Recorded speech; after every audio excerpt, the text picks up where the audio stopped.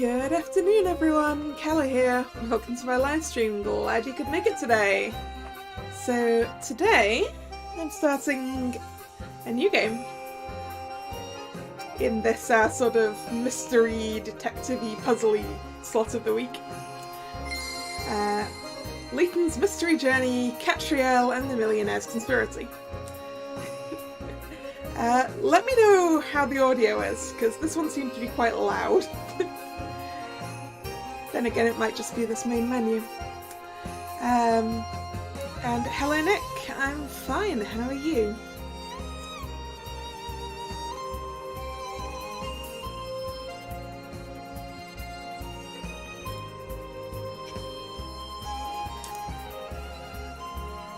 Audio's good so far. Okay. If it gets quieter when we leave the main menu, let me know. And I'll up the volume again. Alright. New game. Ooh, I need a name. I mean, I think it's just for the sake of the save games, but we're gonna put Kalla here. Anyway. There.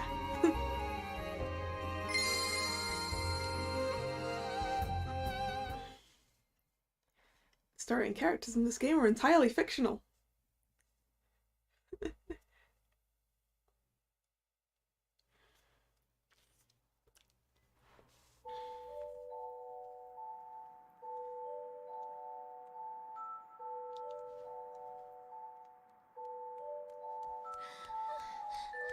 Hello Thomas, how you doing? Daddy? Where are you going? Daddy? Daddy,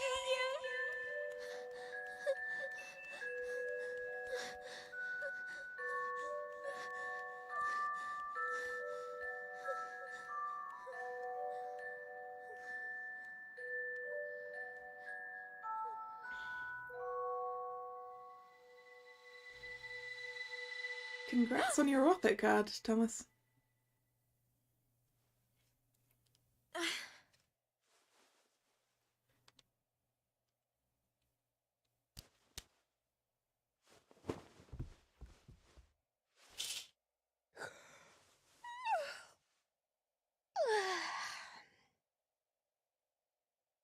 Right then.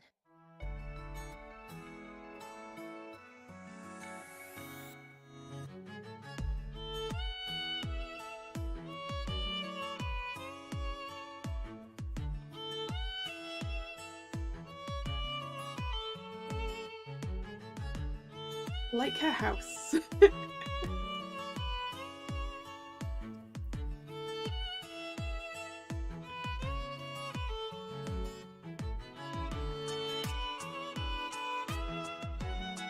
Today's the day. My journey as a detective starts here.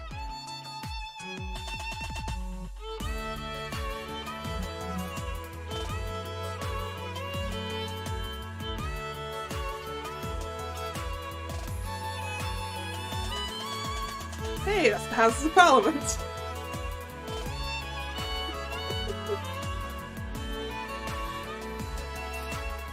I mean, there were several other places that I probably should have recognised from London as well.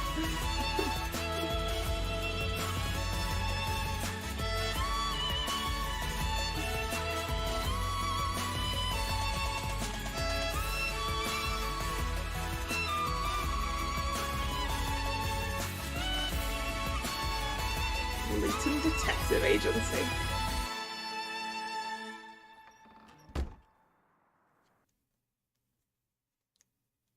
Dear Lucy, I've opened a detective agency on one of London's most happening streets. On one of London's most happening streets, huh?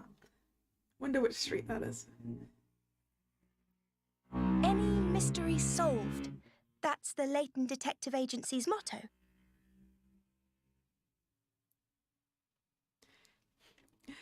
I don't know if I've played all of the other Layton games, but I've definitely played some of them. I haven't actually finished the Layton and Phoenix Wright crossover game, I know that.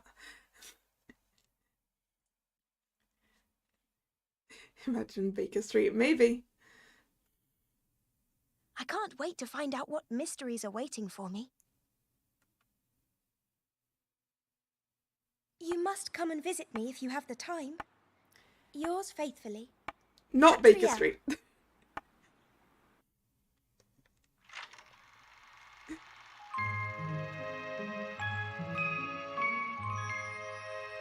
Baker Street's a lot further away from that lovely clock tower there.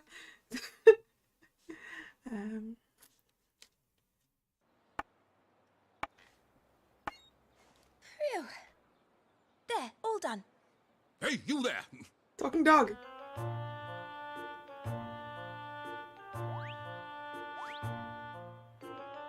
Who said that? Was it you?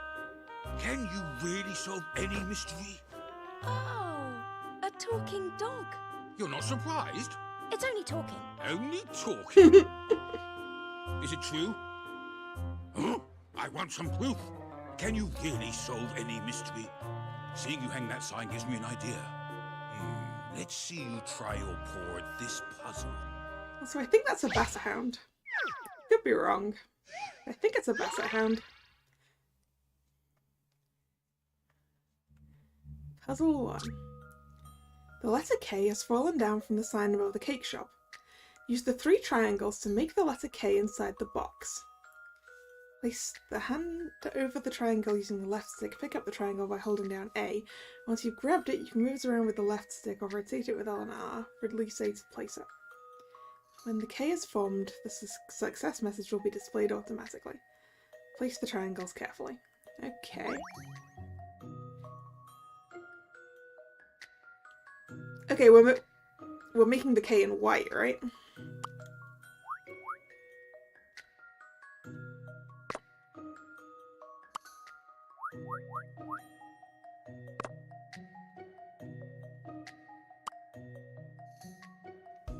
No, wait, that doesn't work. Wait.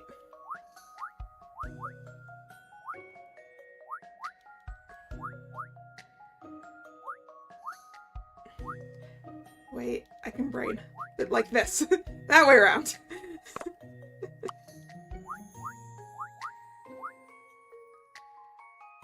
There we go. Okay, let's adjust this a bit.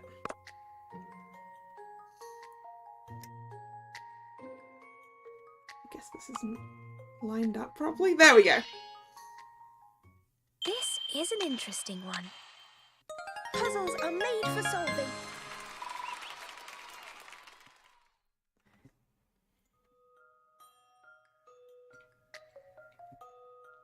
You did it! The sign is fixed and the shop is open again. Care for a cake, anyone? Yes, I would. A cake would be great. What are picarats? They're both a commodity you earn by completing puzzles and a measure of puzzle difficulty. The higher a puzzle's picarat value is, the harder that puzzle will be.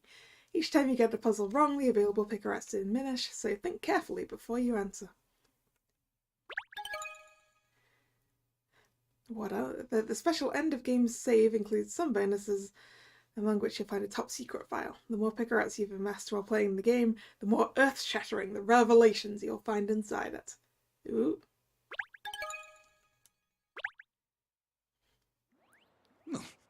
All right. You seem to be up to scratch. Thank you. Why don't you step inside?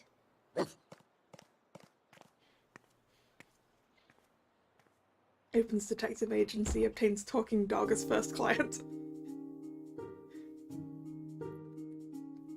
So, what can I do for you? Look at me. It's obvious. What? I'm a talking dog.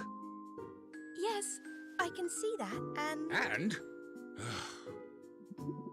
All right then. And I have total amnesia. Ah, a dog with amnesia. If I could just remember my parents, it might make more sense. I feel like I'm me, but not really me. I don't even know if I'm pedigree. Is that all? No, that's not all. I want you to find out who I really am. Oh, I don't know. Oh, come on. I'm a talking dog. Got anything else? A diabolical box that kills you? A letter from the future? A relic from an ancient Ah, civilization? references. Nothing like that? Nothing. Well, this is my first inquiry. Perhaps it's fate. All right then. Any clues? Well, not everyone can hear me talking. Some can, some can't. It's very rare to find someone who can, actually.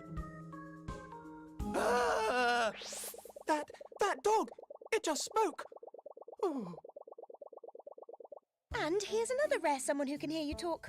Who's this? Apparently, he's my assistant. I told him I don't need help, but he won't listen.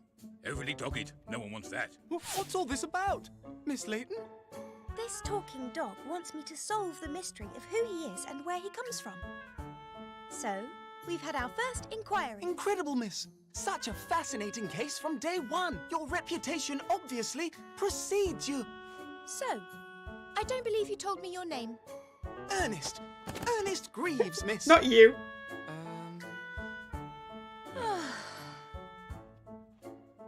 That's just what he's like. I see. Have I said something Ernest wrong? is certainly Ernest. Anyway. I can't even remember my own name. Well, do you remember anything else at all? I've got a vague memory of a tower or something falling down, and then lightning flashing across the sky. That's it. Oh, goodness, golly, not much to go on, is it? Who asked you? It certainly isn't. I've no other cases at the moment, so why not? I'll do what I can. You will? Well, that's great! Oh, but I must insist on my fee, even for man's best friend. Oh, I'm not poor. Poor. Well, here's the paperwork then. Now, you'll need a name. How about Shirl? Shirl? You said you can't Shirl. remember your name. Are we calling this dog I've Sherlock? thought of one for you, with inspiration from the famous Sherlock Holmes. It really suits you. At that point, you Oh, might that's as well call him splendid, sir. Sherlock Being named Bones. after such a prestigious figure, I mean. Like I say, who asked you anyway? Look. Here. Shirl O.C. Combs. Shirl is a Sherlock good O.C. Shirl. Combe. Don't yap, Shirl.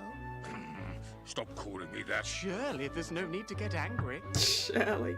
Cat, are you in? Ah. Inspector Hastings. I know Sherlock Bones is actual manga, that's why I mentioned it.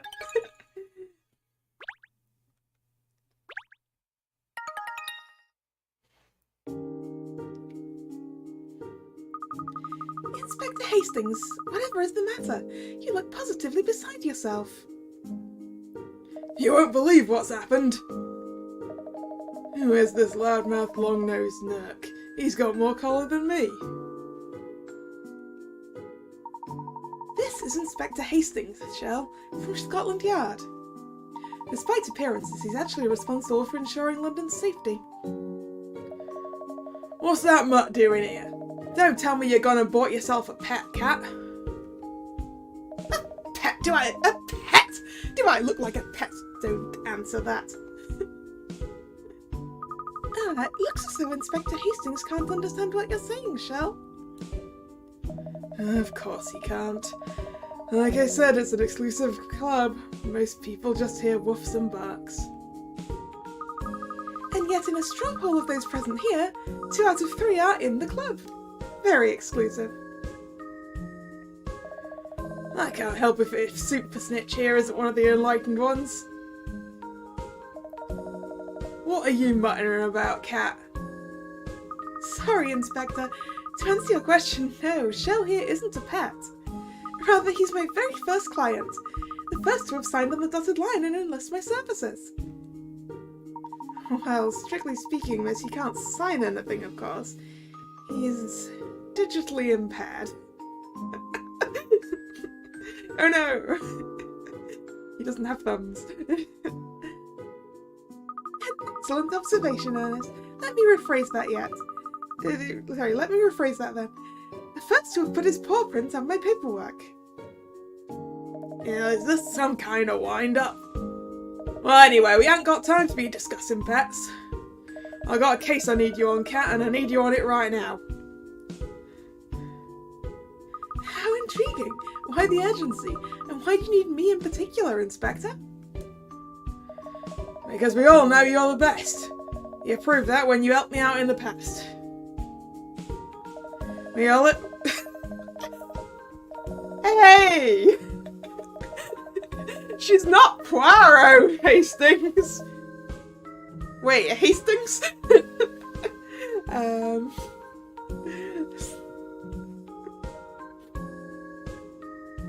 Isn't Poirot's friend's name Hastings?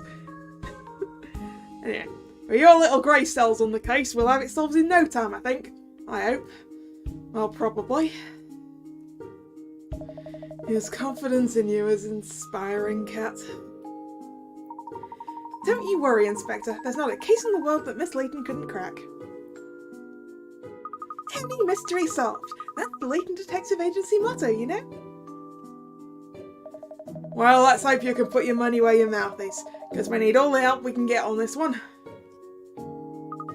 It's this time you told me what has actually happened, Inspector. Well, it's hard to believe, to be honest.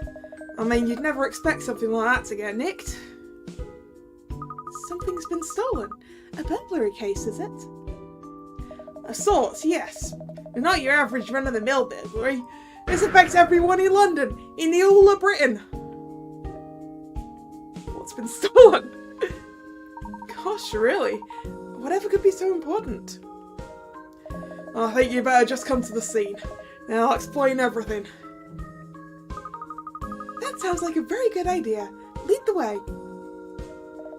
Hello? Isn't there a little matter we're forgetting here? What about figuring out my true identity? Oh, yes, well, the trouble is, this new case just sounds a lot more interesting. Ooh!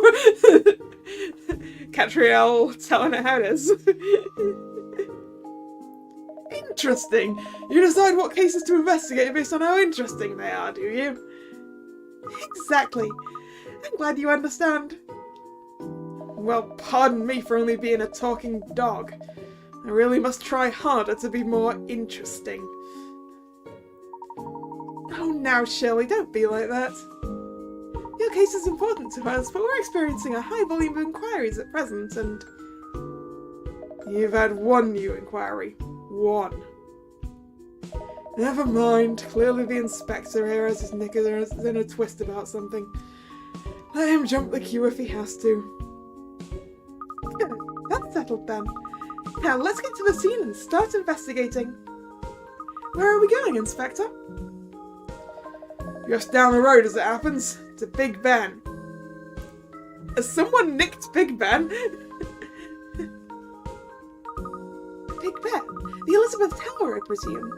Not Burly Benjamin who lives a few doors down, surely. Yeah, because Big Ben is the name of the bell and not the name of the tower.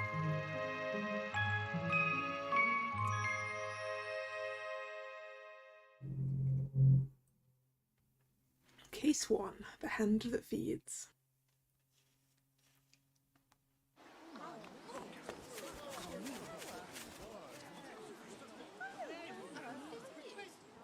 Oh! Someone's nicked an hour hand.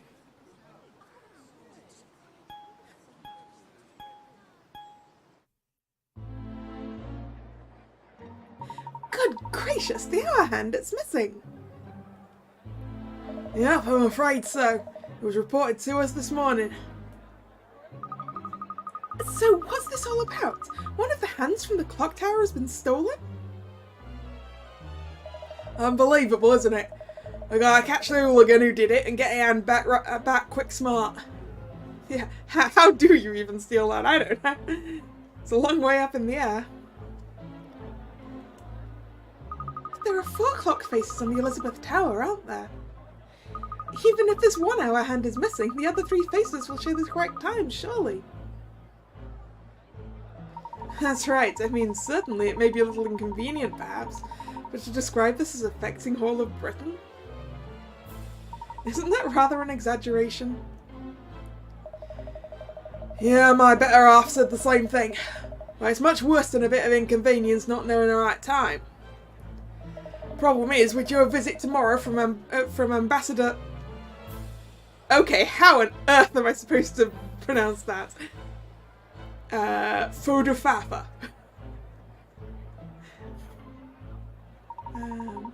Oh yes, I remember reading about it in the Times. It's the anniversary of the Treaty of Rome, isn't it? But what does that have to do with the Elizabeth Tower? The ambassador's going to be received at a venue in the inside of the Houses of Parliament and Big Ben. And as a symbol of a timeless friendship and cooperation between our two lands, they plan on giving him a present. A pendant modelled on the hands of Big Ben. Oh dear! Yeah, so you can only imagine the conversation's going to turn to the subject of the clock tower at some point.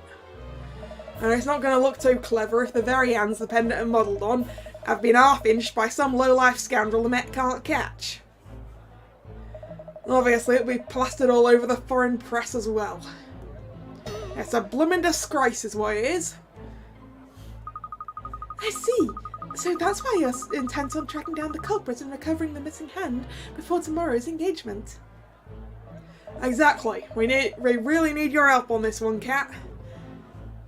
Of course I'll do everything I can. Her national pride is at stake here, as you say.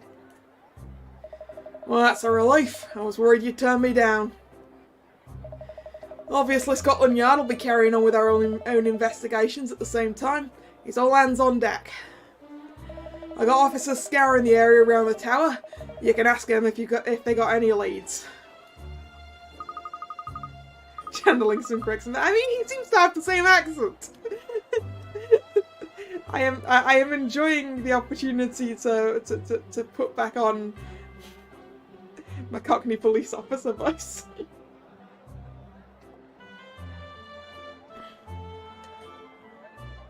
Leave it to me, Inspector. We'll get started at once. Gosh, miss, it's so rousing when you take the bull like the horn. Oh, no, when you take the bull by the horns like this. Oh no, wait a minute. What now? Well, as this is our first case since the establishment of Layton Detective Agency, I'd better show you the ropes. Let me explain how I like to carry out my investigations. Oh yes, please do, Miss Layton.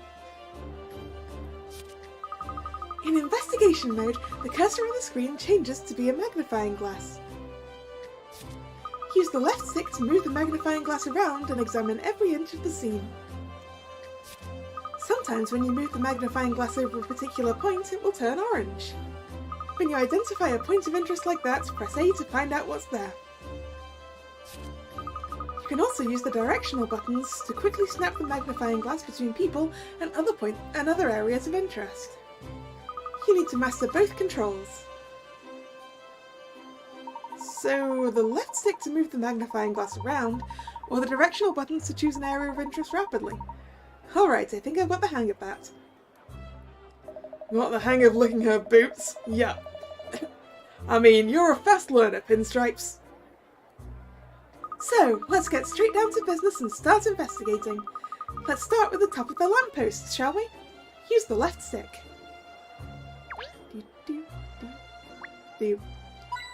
Hey, a hint coin!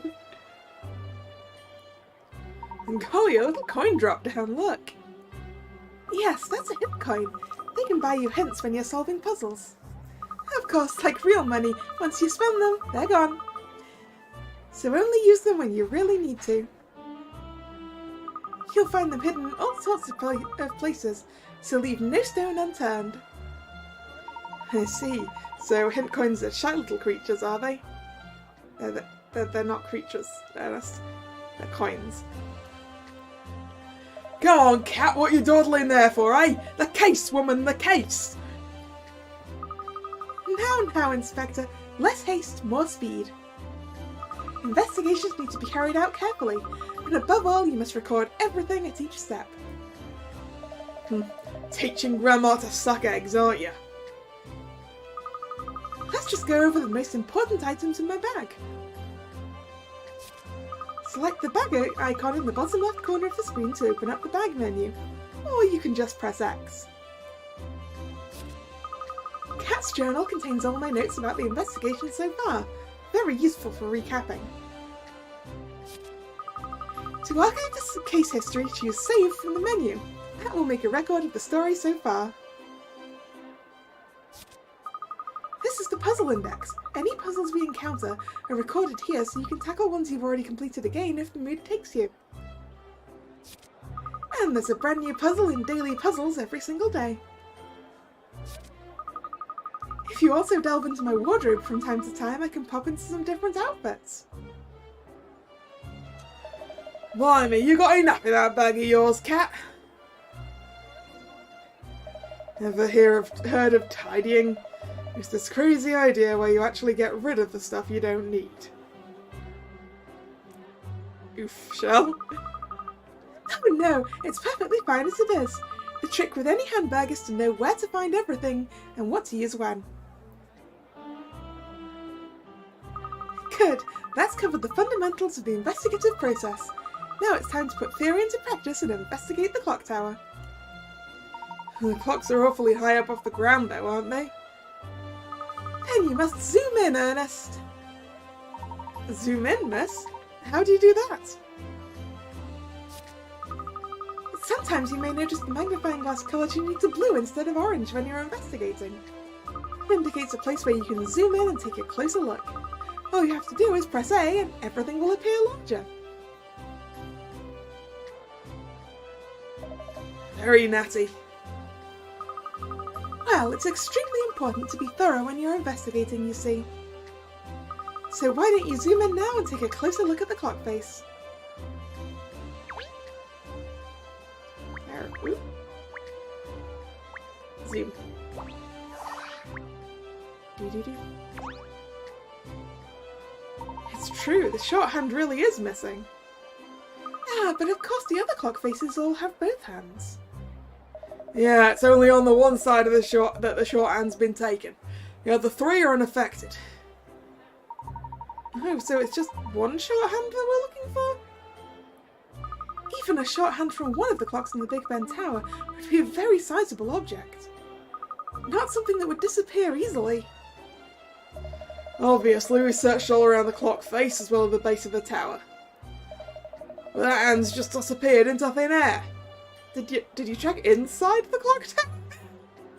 I don't think you said you checked inside the clock tower. A compilation of daily puzzles would require me to remember to do it daily.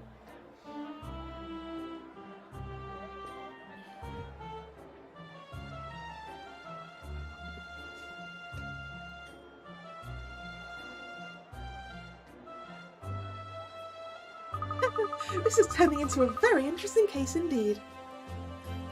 A quarter of London doesn't know what time it is and you call it interesting? I mean, it's not like the entirety of London can see the clock tower, Shell.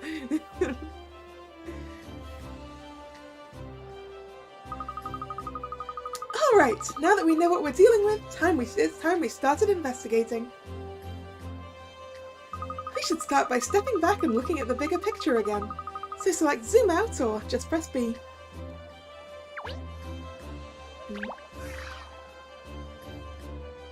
Where do we start, Miss Layton? Well, time is of the essence. We have to solve this before Ambassador Fodufafa arrives tomorrow. Sorry. Yeah. Yeah, yeah. Brain. Let's begin by asking Inspector Hastings' team what they've learned so far. That's right. Why do the work yourself when you can get someone else to do it for you? Nonsense, Shell. We can't afford to duplicate effort, that's all. Of course. Come along then, you two. No time to lose. Incoming, miss. I mean, shall we see what the daily puzzle looks like today?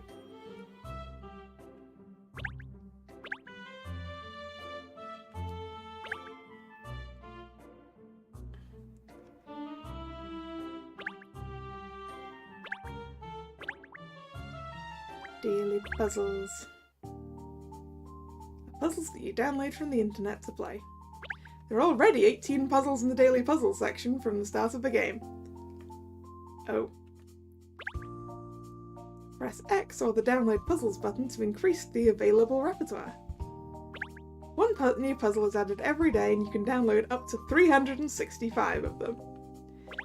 Any puzzles you download are shared among all 3 of your possible saved games. Solving puzzles earns you museum points, which you can use in the Layton Museum. Have a browse around the museum exhibits to see what Layton histories and mysteries are on display. Alright, download puzzles. Please connect me to the internet.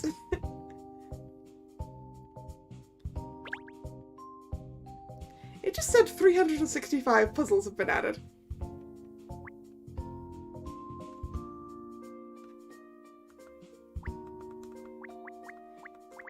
I don't see 365 puzzles. Right, I'm not going to investigate 18 puzzles right now.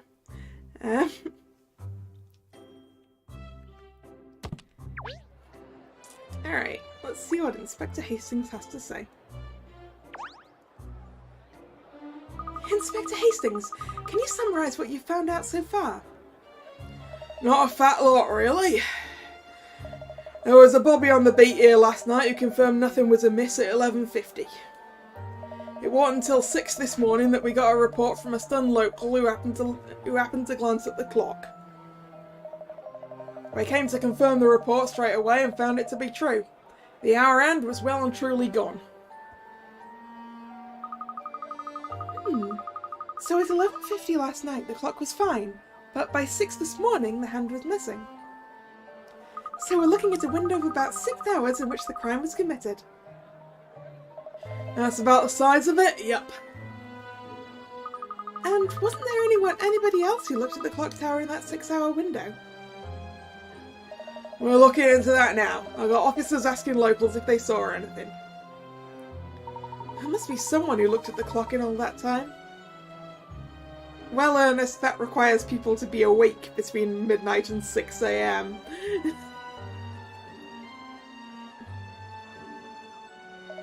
No doubt if we went door to door we could find some witnesses. But we just don't have that kind of time. So we just have to manage with what we know already? Pretty much. And those hands are massive. Would have taken someone a fair old while to make off with it, that's for sure. 6 hours. Ooh. Fit the clue in the right place. Okay. That goes here. You found a clue. 6-hour window.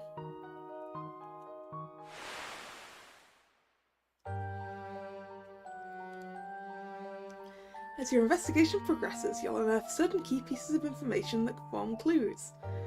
Each case has 6 clues to uncover, and once you've found all 6, you'll be able to solve the case. Yay! Clues may arise from statements that appear to have nothing to do with anything. Can you use your sleuthing skills to piece it all together? If you want to look at the clues you've gathered so far, open Catriel's bag and take a look at the open Catriel's bag and look at the current case file. When you need to refresh your memory about a case, the case file is the place to look. Alright. Case files have been added to Cat's bag. Ah, it's so exciting to be investigating a case at last. What do we do first, miss? We'll start by interviewing members of the public, Ernest. Gosh, that sounds like proper detective work. Let's find out if anyone around here has noticed what's wrong with the clock tower, and if they might have useful information for us. There are rather a lot of passers-by here, aren't there? How do we know who to ask? The more people we talk to, the better. Sorry. Hiccups, apparently. So let's get started. When there's more than one place to investigate next, you'll see multiple magnifying glass icons displayed at the top right of the screen in investigation mode. Once you've examined one of those places, it will be marked with a tick icon. So keep an eye on the magnifying glass icons and tick icons in the top right of the screen as you're hunting for clues. Alright, I do want to, because it went orange up there. At noon every day, the bell of Big Ben sounds. Only at noon, eh? The Elizabeth Tower is actually joined onto the Palace of Westminster, I see. It's rather pleasant here with all the greenery, don't you think?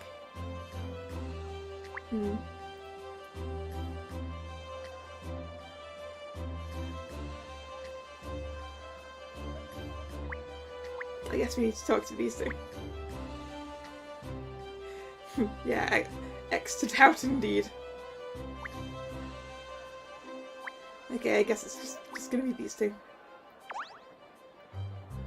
Top of the morning to you! Got a minute to answer a few questions? Alright. I'm investigating the extraordinary disappearance of the Little Island of Big Ben, see?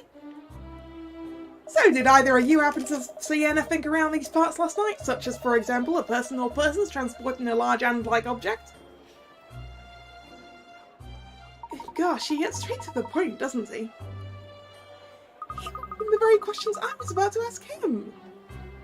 he did pull the Uno reverse card. Oh, where's me manners, eh? Sorry, I'm Douglas Durr. Everyone calls me Doug. And I'm a reporter with the London Times, see? Are you readers at all? Oh, I'll say. Personally, I think the London Times is the best paper in the city. You're too kind, lad. Although I do make it my mission to dig up the most dirtiest of dirt and uncover the most unsavoury of soups. And at the present, as I mentioned aforementionedly, I am investigating the disappearance of Big Ben's hand. As it happens, we're investigating the same thing. Perhaps you could share anything you've learned. Sorry, investigating, you say? Well, as a turn up for the books, you don't look like detectives, I must say. If I had to guess, I'd have pegged you as a young couple out walking your lovely dog on this delightful morning. Well, that's a very long way off the truth. Well, I am a detective. Haven't you ever heard of the Layton Detective Agency? Layton? I know, the famous Professor Layton, of course. I didn't realise he had an agency, or people in his employ. Yeah, it's not his agency. Always nice to have signed up for the complete unknown. Really inspires confidence. Oh, what a blow. Mind you, I didn't really expect any different. Don't worry, Miss Layton. You'll be famous soon enough, I'm quite certain of it.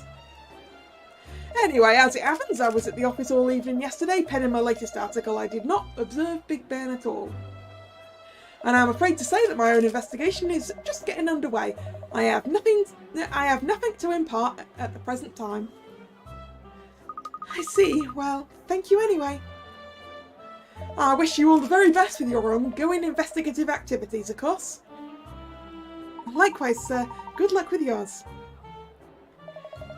And dick up for iconic Big Ben. Petty crime or international conspiracy? Alarm bells ring across Britain. Haha, stories like these write themselves, eh? Yeah, me thinks it's gonna be a smasher.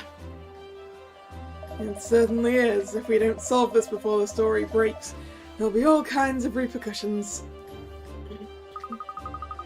You're right, we must press on with our investigation. Yeah, it does sound quite tabloidy, doesn't it? What about this bloke?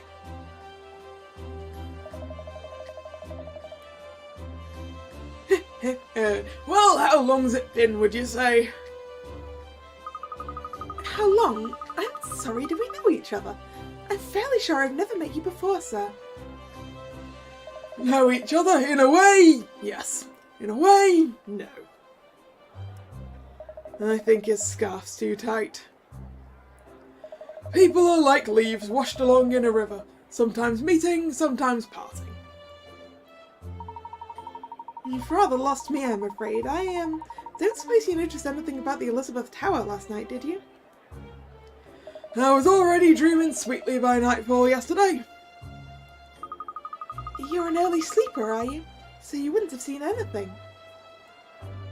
Is that all you wanted? I tell you what, how about a little puzzle to occupy the mind? I'd say a puzzle? The world is full of puzzles, Ernest. Sometimes during the course of an investigation, people do come out with puzzles for you to solve. It's all part of the process. So let's see what sort of puzzle we're dealing with here. Yeah, what have we got? Puzzle number 2, The Hands of Time. The clock is currently showing the time as 3:30 p.m. It would be nice if the hands of the clock would show midnight. What would be the minimum number of places you'd need to touch on the clock to show the desired time? Select the answer frame to display the input screen for entering letters and numbers. After confirming, you'll see what you've written appear in the answer frame. To change your answer, simply select the answer frame again. 3:30 p.m. Okay, it would be nice if the hands of the clock would show midnight. What would be the minimum number of places you'd need to touch on the clock to show the desired time? I feel like that's worded weirdly.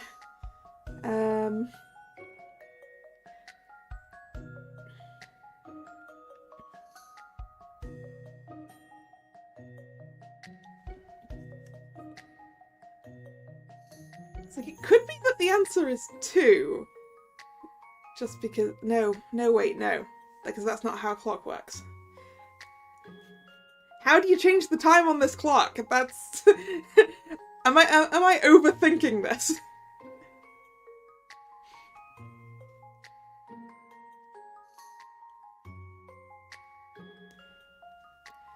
As I'm assuming you can't physically move the hands, because that's not how a clock works.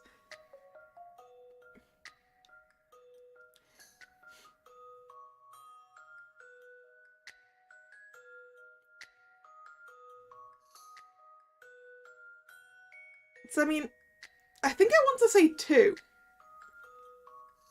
Because that's either drag and move each of the hands, or it's just like one hand to hold the clock still and one hand to turn the mechanism at the back. Right? I think 2. Oh wait, no, that's... No. 0, 2 is apparently what we need to do. 2, right? Right? You think 4? Why 4, Thomas?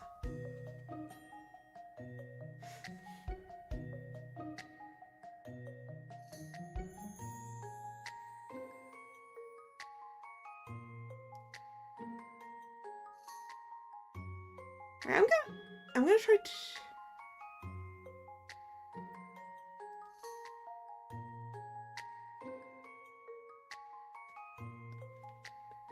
try gonna try 2. Is it 2? This should do it, I think. No. Not good, Catriel, not good. How to get the clock to show midnight? Can you think of a way?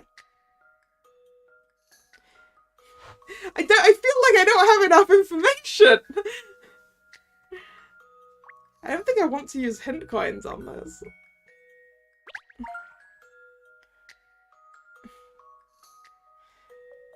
Should I? You know what, I'm going to use a hint coin. There's no need to touch the hands of the clock.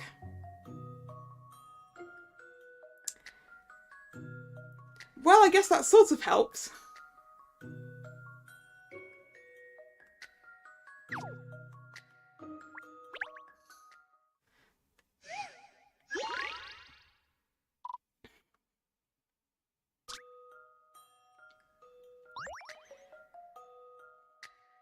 Oh wait, you can see the winding mechanism.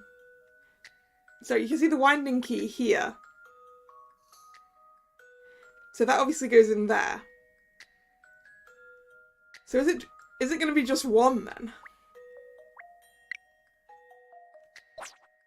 Are we just touching the key? Because I would expect us to be using our other hand to support the thing.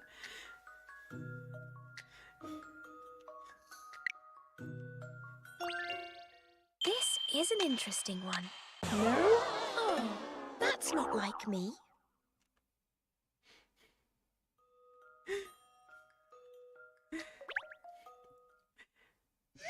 Hello Fanny, welcome to the stream. I am having difficulty with puzzle number 2.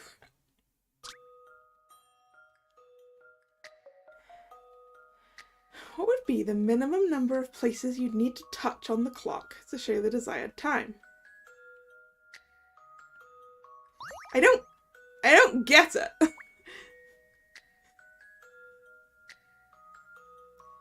Because clearly we're using this to wind it back. Is it because we're technically not touching the clock at all and only touching this? Is that what it is?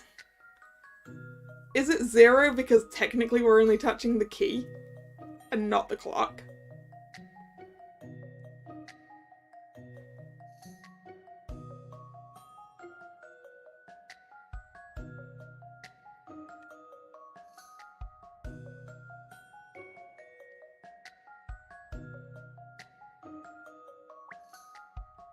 Yeah, I guess I might as well try.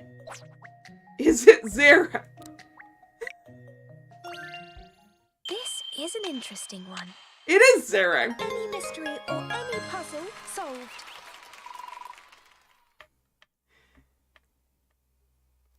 That's a stupid puzzle.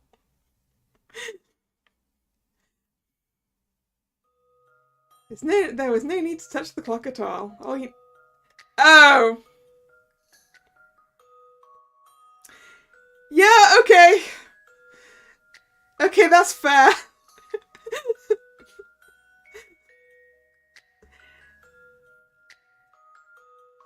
We could just leave the clock be.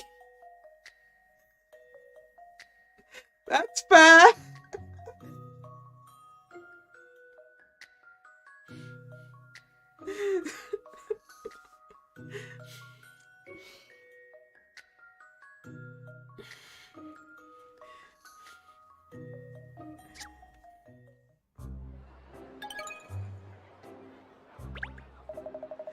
Very impressive. Let's hope you tackle all the puzzles you're going to face so convincingly. Actually, I hope I'm going to do a lot better. Dude. Yeah, I forgot about the sort of logic we need to apply to Layton puzzles. It's been a long time since I've played a Layton game. Yeah, incorrect assumption that we wanted it to say midnight right now.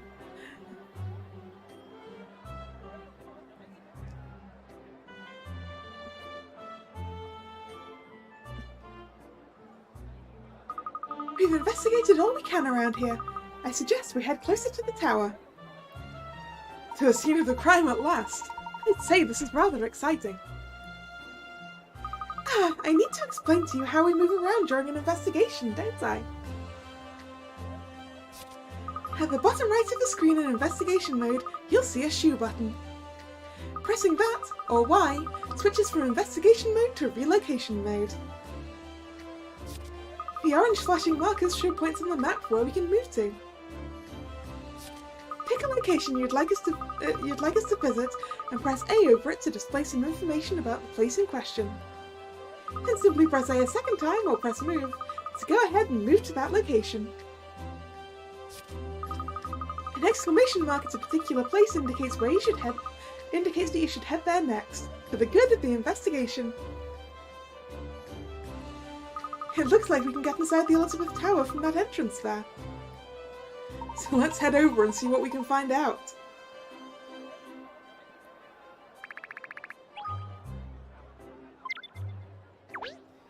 Alright. Do-do-do. The clock tower housing Big Ben that presides over London. No entry without permission.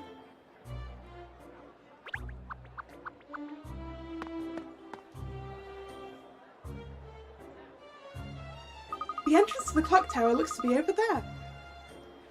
Oh, the police officers seem to be investigating something. Let's ask them what they found. First, let's have a look around. Now we're actually so close to the tower, you can't actually see the clock. Now we're so close to the tower, you can't actually see the clock faces, can you? Apparently, this style of architecture is called Gothic Revival. Let's see. Wait, is that the same thing? I don't think you can gain entry to the tower from inside the palace. Yeah, I don't know. I've never been up the Elizabeth Tower, you know?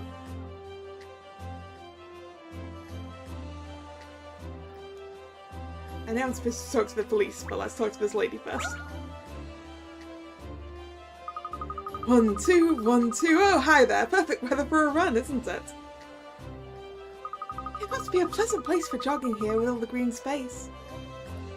Yes, I love it. I've done 50 laps already today. 50? I'm a good run, by the way. I've been running in cities around the world. I just can't get enough. I like marathons and other events, but ordinary city streets are my favourite place to run. I just love exercising as I watch other people going about their business. You've never seen the Tower and the Houses of Parliament IRL, huh? I don't see them very often because I'm not usually going and looking around in that area of London. I have actually been inside the Houses of Parliament once.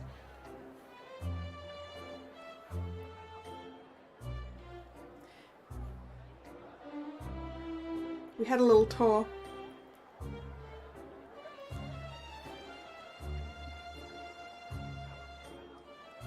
I like doing puzzles to exercise my brain too, and to keep my mind off my aching muscles. I just came across a great one, actually. Try it. How was it? I don't really remember a whole lot, honestly.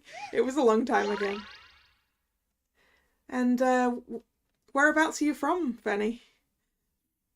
Since obviously the answer isn't England.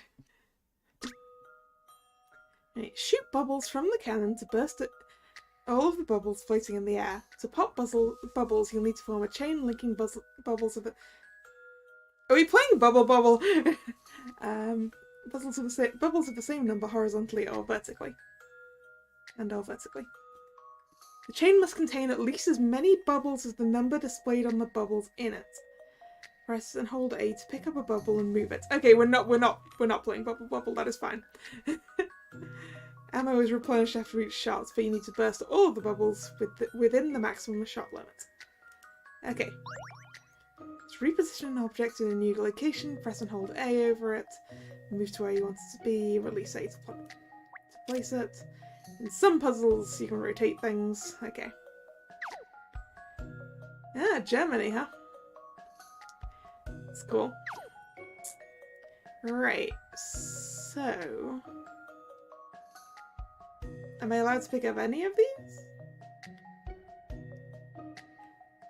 Ooh, wait. Right,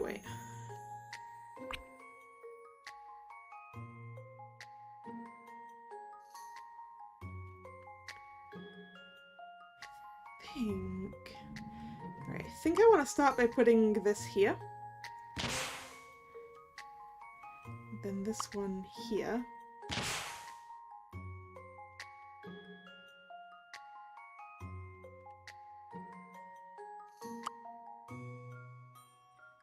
No, actually...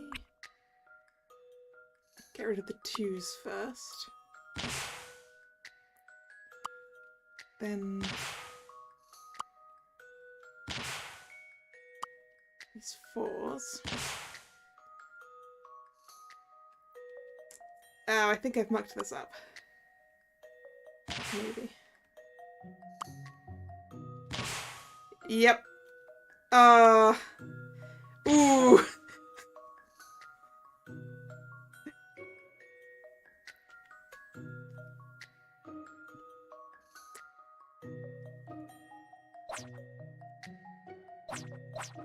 Let's take it back to the beginning. That is the beginning. So actually, I think I want to... I want to make the other 4 this way. Okay. I think I got it now. I tried to connect the wrong 4s, I think.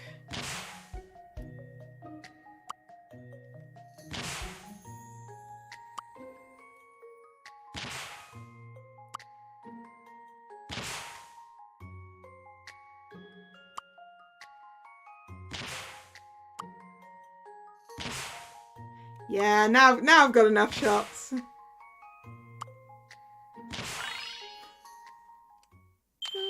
This should do it, I think. And that's how it's done. Hooray! This is the Switch version. So yeah, I'm using a controller.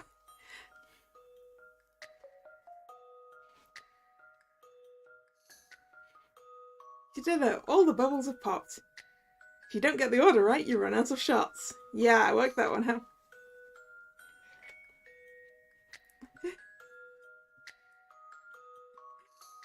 You know, Nick, I still find it kind of funny that we were probably at the same Comic-Con in Manchester.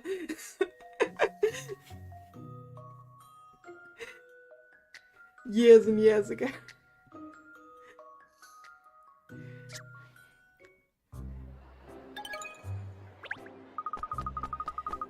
Yes, that's it. Nice one. 1, 2, 1, 2. All right, I'm ready to push on. Beat the pain. I mean, probably. I've been to MCM Manchester a number of times. Although, actually, you might have gone after I stopped going. I think it was you told me it was MCM, right?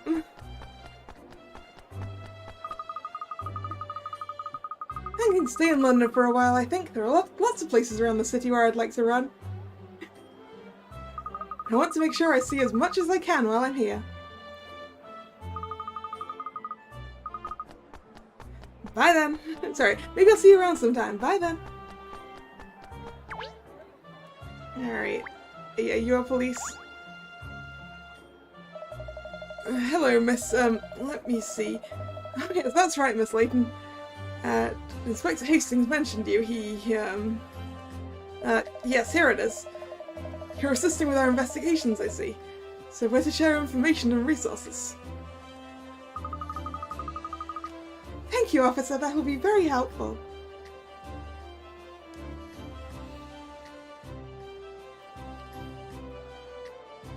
Another on-the-ball detective, is it? Yes, this is DC Nick Booker, one of Inspector Hastings' men. Nick Booker? Thrown into the profession, was he? Perhaps you'd be as kind as to tell us what you've learned about the case so far. Yes, well, according to our inquiries, there seems to have been an outbreak of, of metal theft in the capital recently. Metal theft? Yes, I think this is what I said here. Yes, metal being stolen from factories and warehouses. Yeah, but there's a little bit of a jump from stealing metal from factories and warehouses to stealing one of the hands of Big Ben. Really? What on earth would anyone steal pieces of metal for? Some metals are valuable, Ernest, and thieves can sell scrap made from them for a high price. Stealing cables for the copper. Is Herschel Catriel's dad Uncle? She said daddy in the initial cutscene.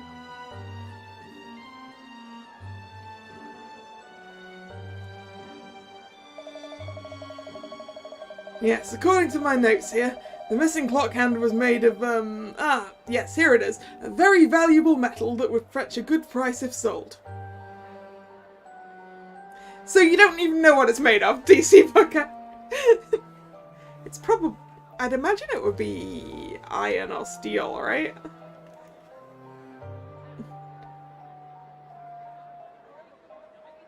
It's probably iron.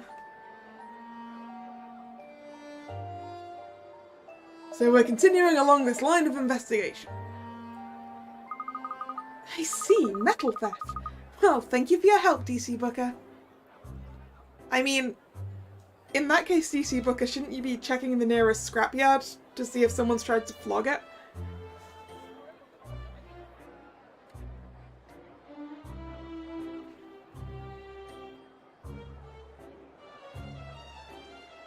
Don't mention it, madam. I'm just doing what it says here in my notebook.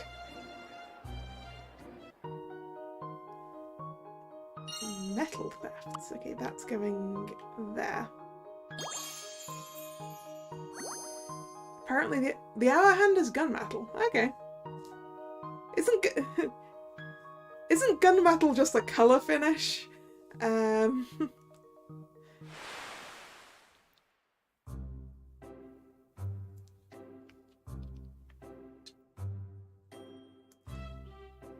According to DC Booker, there have been a recent spate of metal thefts in the capital. I mean, you'd think they'd just go for all of the drain grids first. It would be so much easier.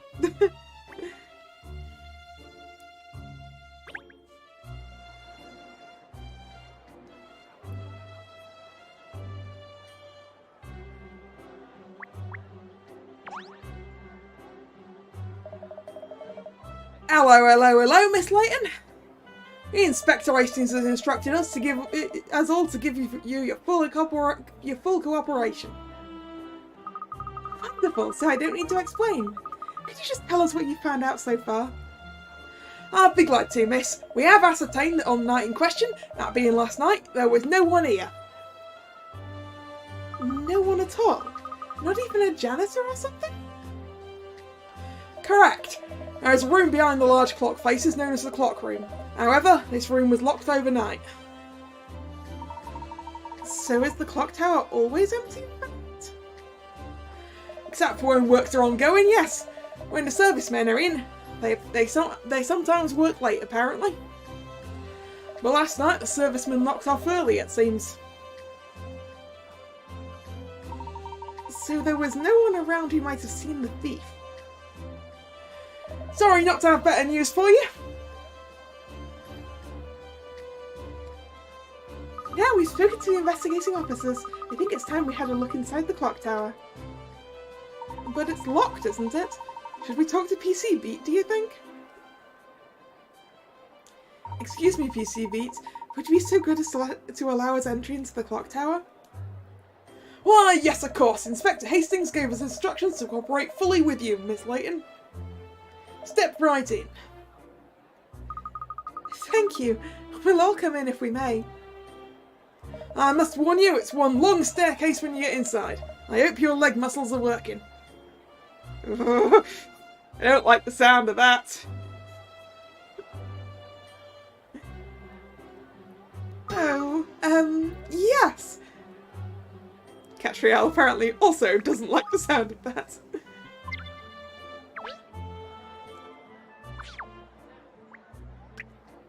The housing of the great clock mechanism in the Elizabeth Tower.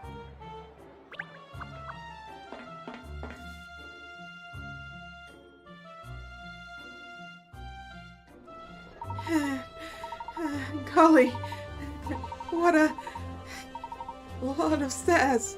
My feet are killing me. Ernest, Greaves, you should be ashamed of yourself getting tired out so easily. You're panting harder than he is. Oh, look! It's spectacular! I've never seen the internals of the clock tower before. Magnificent! Being inside such a huge and important landmark like this is rather splendid, isn't it? The clock facing the cogs is so enormous. Yes, it's quite exciting being allowed inside a place that's off limits for most people. Alright, you two, get over yourselves. Ah, I've just remembered something I forgot to mention before. Oh, what's that? Sometimes as you're investigating, you come across something unexpected. Unexpected, miss. Alright, see you around later, Nick.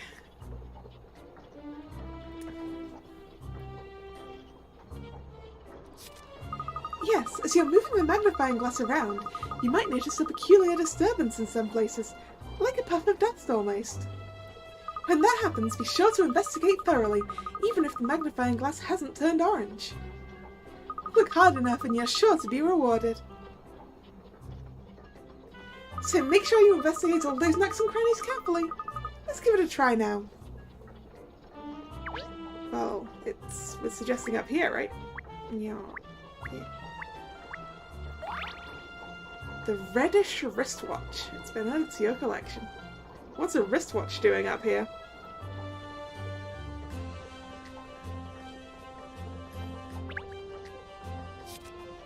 A collection box has been added to Catriel's bag. There you can peruse items you found during the course of your investigations. The items are unrelated to any particular case, they're just for fun, so enjoy them at your leisure. Alright, so it's not relevant then. You never know what you might find while you're hunting for clues, so leave no stone unturned, Ernest. Not one, Miss Layton.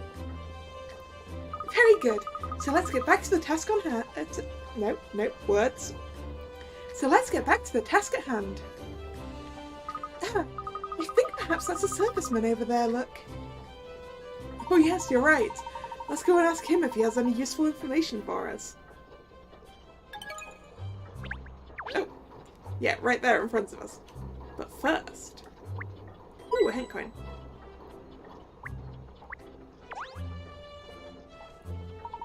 The clock faces are so vast. It's really rather strange seeing them from the inside. But apart from the missing hand, there doesn't appear to be anything out of the ordinary. Ah yes, that's the one with the missing hand.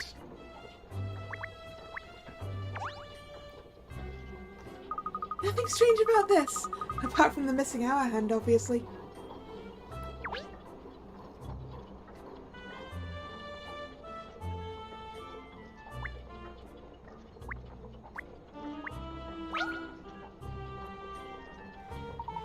Both hands present and correct on this face, at least. It would be a good puzzle, wouldn't it? I'm a face, but I have no eyes, no ears, and no mouth. I do have hands, however. What am I? As it happens, though, there's a different puzzle here, look. Do you want to try it?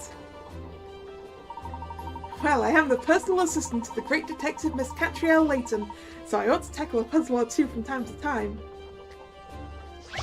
Alright, we got another puzzle. Puzzle 4. Oh no, Houses of Hanoi! I've never been very good at those. A new design of house allows you to arrange the floors however you'd like. Just select a building to hoist off the topmost floor with the crane and move it to another plot of land. Your task is to make all the houses look as they appear on the plans. However, houses can only have up to 4 floors max. Yeah, the Tower of Hanoi has never been my best. Oh no. Okay. Right, so I need to get a blue to the floor. I don't have a particular number of moves I've got to do this in, right? Yeah. Ah. Yep.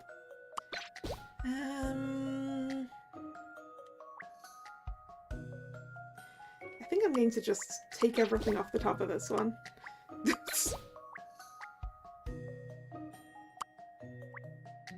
No, not that. Wait. I want to put that over here. I want to put this there. Maybe. No, that's not what I want. Yeah, that.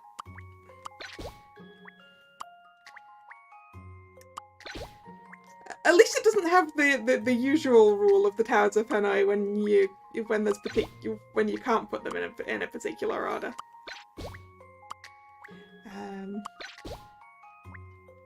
So actually, this is actually easier than a regular one. Yep. Where you're restricted by, Oh no, I've mucked it up. Oh no. Wait a second. I've mucked it up.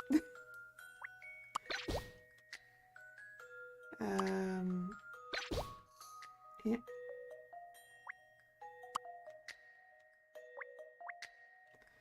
No. Alright. There we go. I fixed it! I fixed it!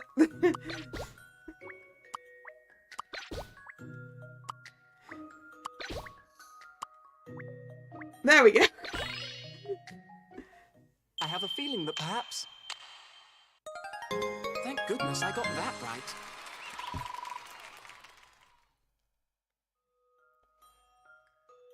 You did it. Both houses look spot on.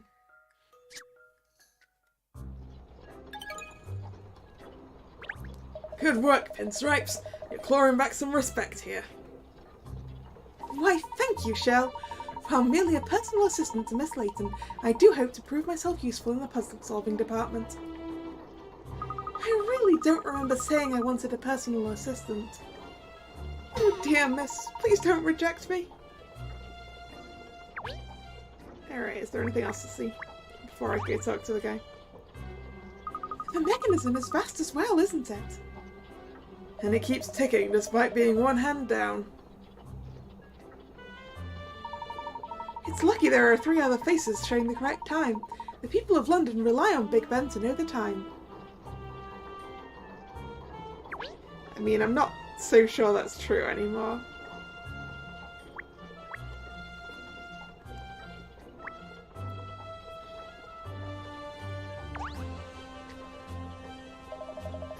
Hey, what are you doing inside? No entry to the public. It's alright, I'm from the Layton Detective Agency. The police have given us permission to investigate here. You're a serviceman for the Great Clock, I take it.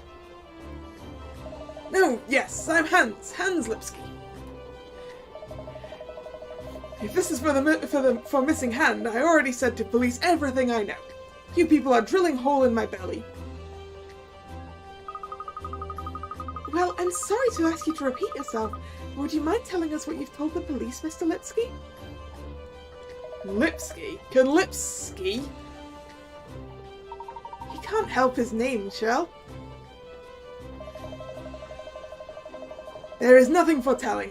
When Hand went missing, I was already at my home. I don't know nothing. You went home early yesterday, I understand.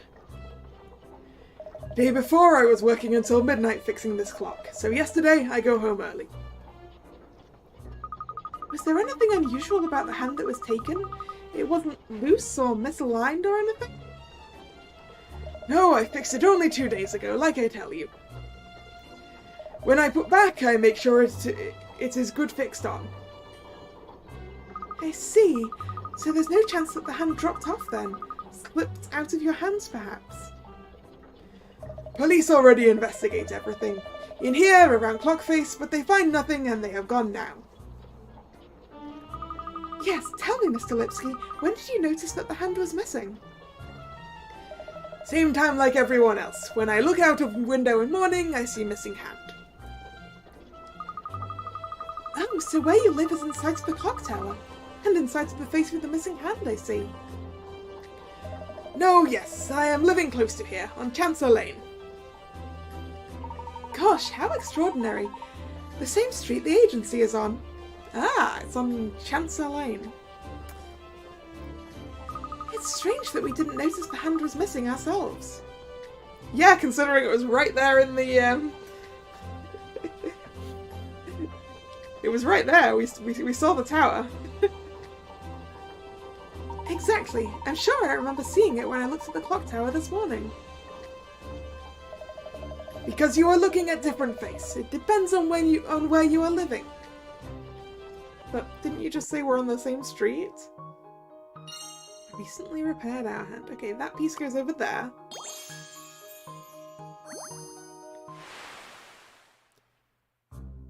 Clock Tower serviceman Hans Lipsky claims he confirmed the hour hand was firmly reattached after he repaired it on the day before yesterday.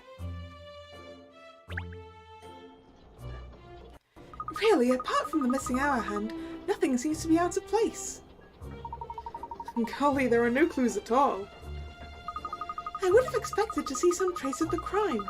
After all, it's such a large object to make off with. We need more information. Let's go back down to the ground. There's something I'd like to ask Inspector Hastings. I knew the time would come. The descent. It's all right for you, but I'm taking my life in my paws, climbing down these stairs. Ah, yes, with your short little legs. Get off! Someone should carry poor little Shirl. He's only got stubby little leggies. Now then, Shirl, it's safer this way. Ernest will carry you down, won't you, Ernest? I will.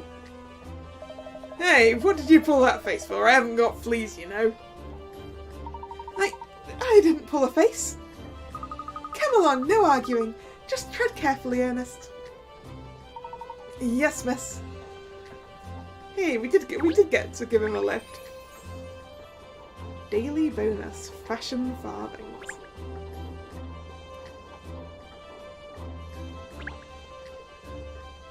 You can use them in the wardrobe section to purchase items.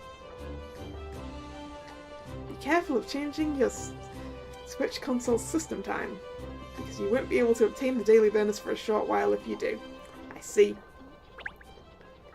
You might also uncover fashion farthings during the course of your investigations around London, so keep your eyes peeled. So how many fashion farthings do we need for a new outfit?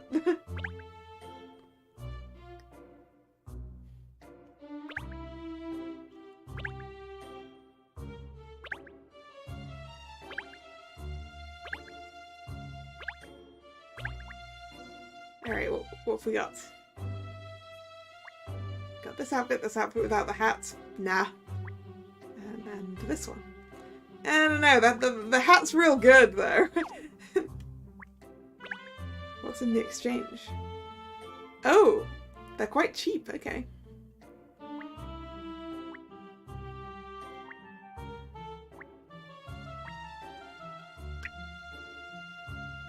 So we could afford a new outfit. Santa outfit.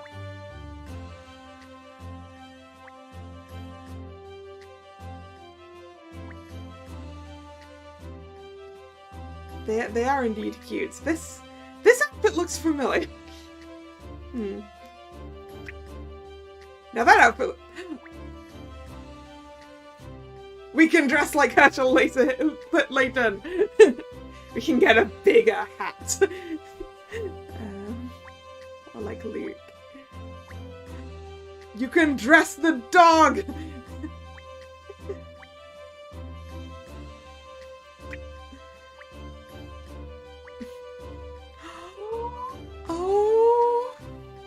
Oh, you can dress him up like Sherlock! Oh. Okay, I'm saving the fashion farthings till we can dress Shell like Sherlock.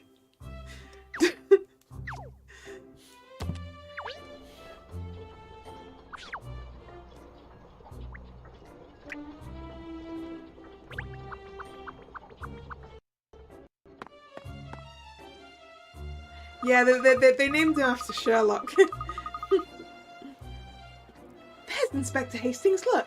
Even from this distance I can see the furrows in his brow. Perhaps his investigation isn't going very well, miss.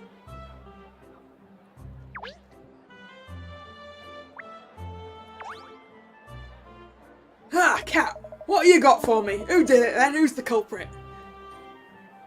Please, Inspector, calm down. I'm still in the middle of my investigation. Oh, I see. I have a quick question for you, actually. According to Mr. Lipsky, your officers examined the clock face, is that right? Yeah, of course. I had him check the clock room around the clock face and all around outside as well. There are no clues, no fingerprints, nothing. There really are no traces at all, are there? Well, I had him take samples from the floor and walls and from the clock face. They're being analysed back at the yard now. When will the results be ready? Shouldn't be much longer, so what's your next move? I'm head back to Chancellor Lane. We will? You mean we're going back to the office, Miss Layton? You can't do that! We haven't got anywhere yet. I need your full attention on this case, Cat. Inspector Hastings, please. You mustn't be so blinkered. Alright, see you around, Fanny. Have a good day.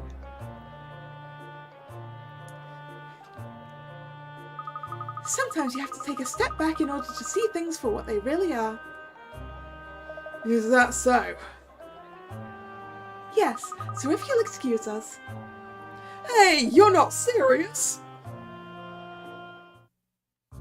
Are you sure leaving the scene is the best idea, Cat? Yes, of course. Come along now, you two. Let's get back to Chancellor Lane. It's no distance. We'll be there in a jiffy on the bike. Oh yes, I should explain about how we move around during an investigation. Examining the bike with the magnifying glass is the best way to cover longer distances. Select the destination and either press A or the move button to head that way. Oh, and you can also press plus or go by bicycle in relocation mode as well. It works in just the same way. The next place to visit in terms of the investigation is highlighted with an exclamation mark in relocation mode too. So your trusty bicycle will come in handy in investigation mode and relocation mode then, Miss Layton. Splendid. Precisely.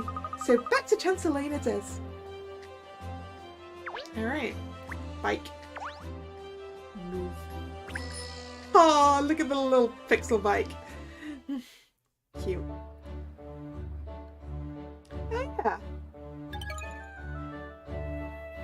You've arrived at Chancellor Lane Corner. Well, here we are, Chancellor Lane Corner. There are a lot of interesting shops around here, aren't there? It's such a lively place. We're here for a mini break, are we? Good idea. First, let's have something to eat. Yeah? You know the old maxim, a rumbling tummy is a detective's downfall. No one says that. Of course they do. Well, they should do anyway. You know, thinking about it, I don't know this street very well at all, even though it's where the agency is located.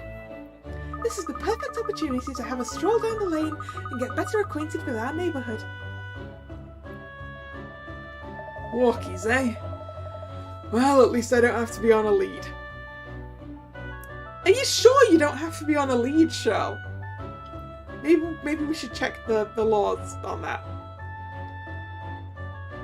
Yeah, it isn't wrong. You do need to not be.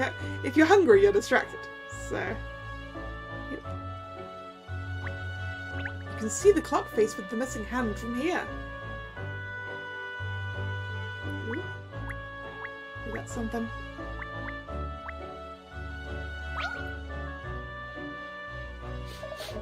Well, who knew? I was just sniffing around and suddenly I found a puzzle at the end of my muzzle. You were sniffing around up there, Shell. That happens, Shell. Puzzles get everywhere, you see. And seeing as you found it, you can solve it. Why me? Because I want to see if you're worth keeping on.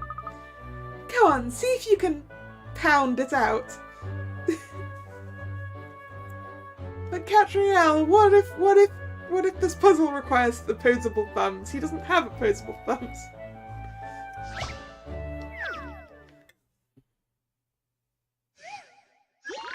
Alien attack. Use a special beam cannon to wipe out the fleet of UFOs that have appeared over the streets of London. Each UFO has a number on it, and this is the number of times you must hit it to destroy it. All UFOs must be destroyed. Each beam has enough energy to travel along one line only. You can choose the direction of the beam, but you cannot travel along the same line twice. To fire, select where you'd like the beam to travel. Okay.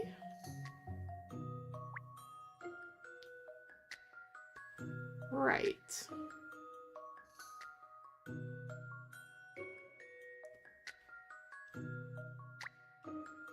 So do I just...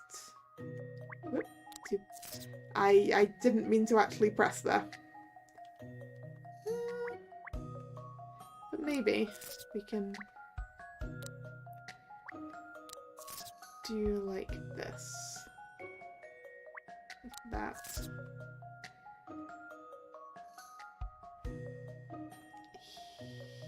Up here. Down here. Across there. No, I've mucked it up. I've mucked it up. Oh, no, wait, one, two, no. I have in fact mucked this up. I can't do it. Yeah, that didn't work. That's definitely not the way I was supposed to be starting. Okay. Right. What if we go up here? 1, 2, 3, 4, 5. Up to here. Across to there. Across to here. Down to there. Over to here. Oh, I still don't have it.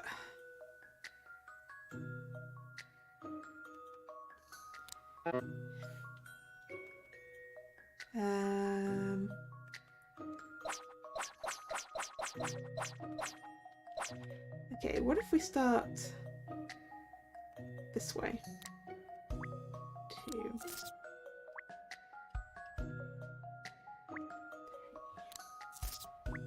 Up here. Oh, nope, nope, I've mucked it up again, I think.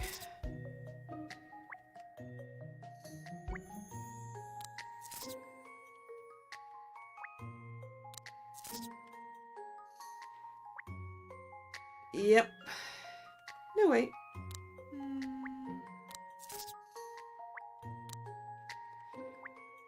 Closer.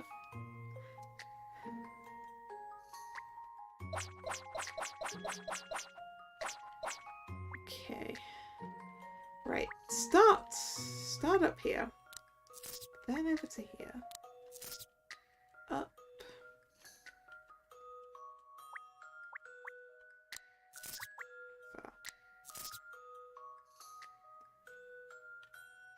We should come back through here. Over to here. To here. To there. Up through there. Still don't have it. I'm still one short. Ah.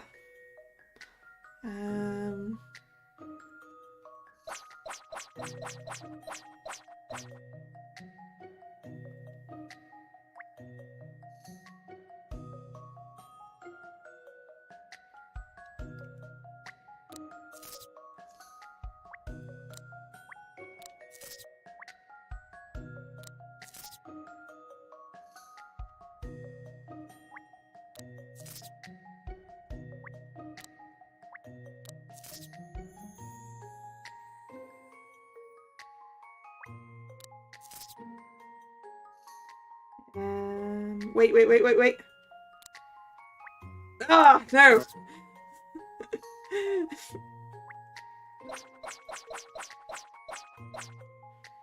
still think we need to start by going through this.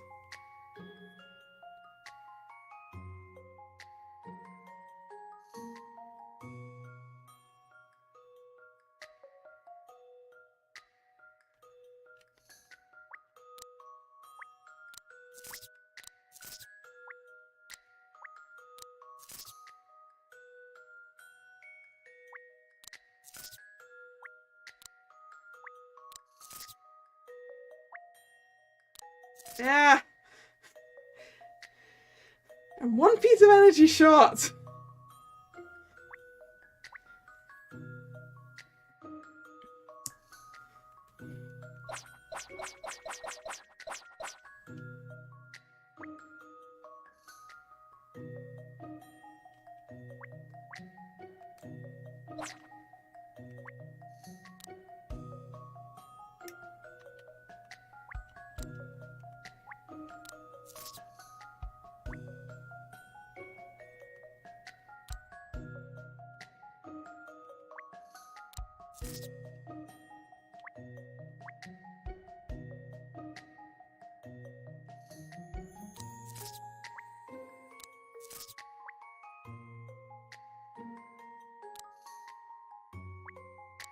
Nope, that's not going to do it either. Start with the lower one first, do you think? Okay. Nope, nope, nope. So if we start one... So then, like, maybe up here.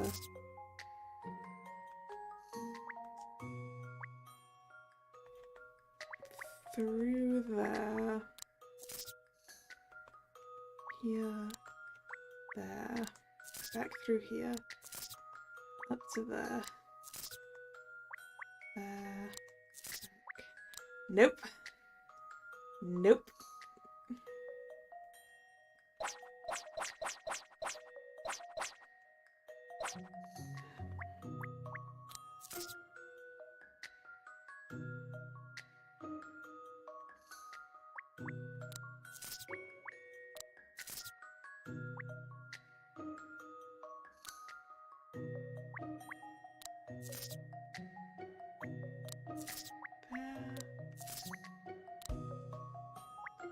No.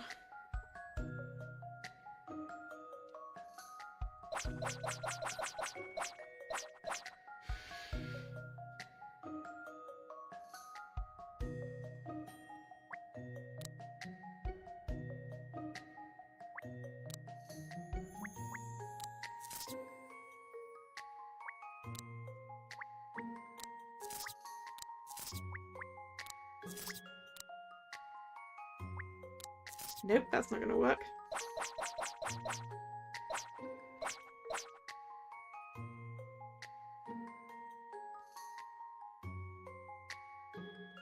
Start with the biggest number and work outwards. That's what I was thinking. If we did that, I want to kind of cross over that. Come into here.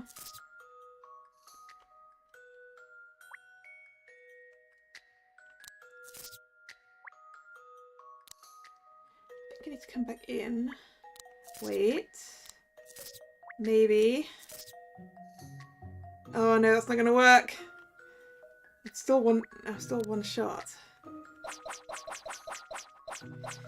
Alright, hint coin.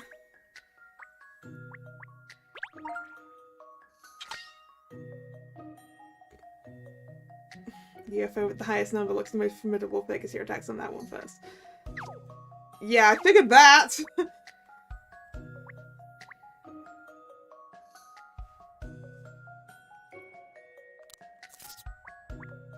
Wait, if we do this...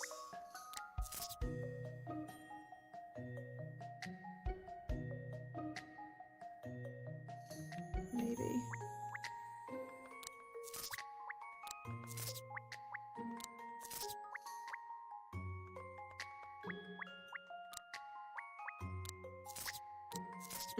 Still short.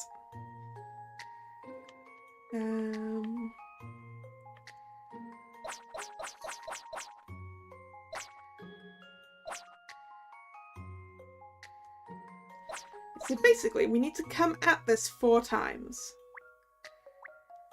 Sorry, it looks like the delay's a bit long on your end, so I don't know what back a bit was.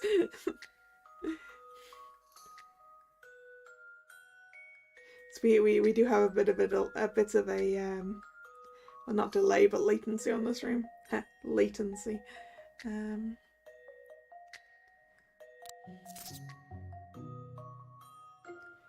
Is it possible just to fill out a box? What, you mean just go around the box? Or round and through?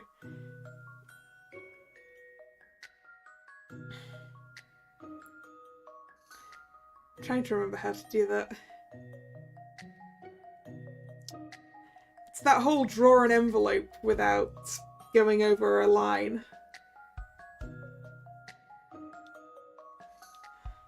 Which is what I was sort of trying to do over there.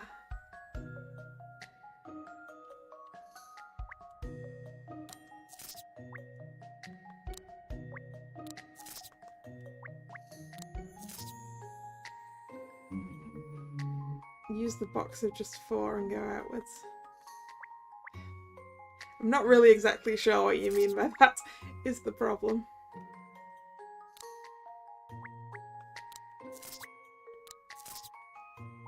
The problem is I can't get back into there again. Well, I mean, I could if I had 1 more energy.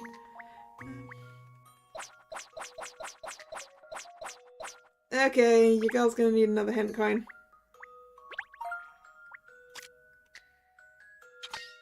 First 3 steps. First hit the UFO with the largest number.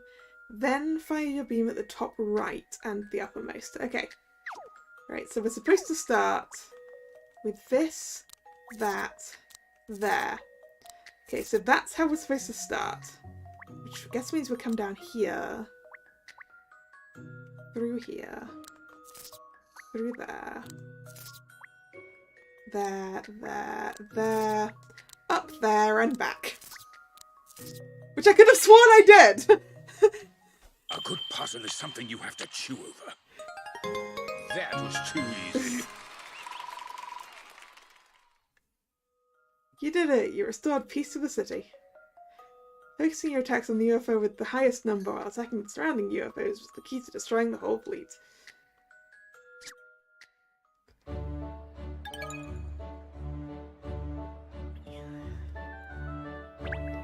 That's a walk in the park for a hound like me. Oh, jolly good, Shell. You can solve puzzles on top of everything else. Top dog. Yes, very impressive, Shell. I can see you're going to be very useful. I don't like the sound of that.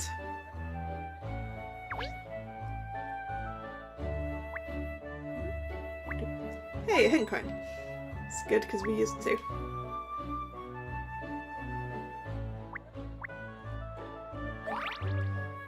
Perplexing Preserve. It's the bicycle. We don't want to interact with that right now. I smell sugar, even from here with my nose. Yeah, that does look like a cake shop. Okay. I think we're down to just talk to the people. Oh, look! What a lovely terrace area this restaurant has. Ciao, Bella! Can I take your order, Signorina? Thank you! Golly, he's a little over-familiar, isn't he? Just before we order, I wonder if we could ask you something. Has there been anything unusual happening around here recently? Anything unusual? Well, a lot of cutlery has gone missing lately. Ah, the metal thieves. Forks and spoons and things. Oh, yes, and a silver tray as well. You mean they were stolen? I cannot say. There were no signs of breaking and entering and no cash taken.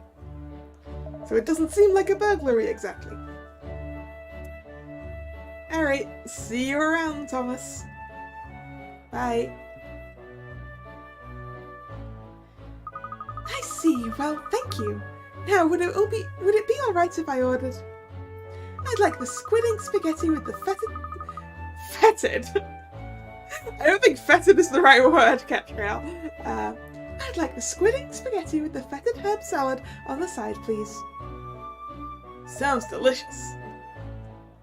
And then the chef's ominous omelette special, the hellfire risotto, and the mushroom surprise gnocchi, please. All at the same time. And they say dogs have eyes bigger than their bellies. For a minute there, I actually thought you were attempting some serious sleuth work. Did I just tell you, Shell? An empty stomach is the detective's worst enemy. Okay, I must go and write all that down before I forget. Oop. Missing cutlery.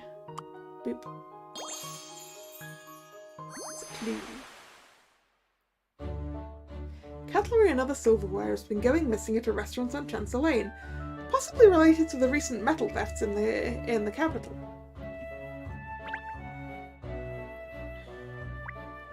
Alright, what about this guy? This place serves the best seafood in town, so it does. I've sailed the 7 seas and this place tops them all. Now I've had a belly full, I suppose I should be heading. Gotta get back to work. Let's see, what time's Big Ben got?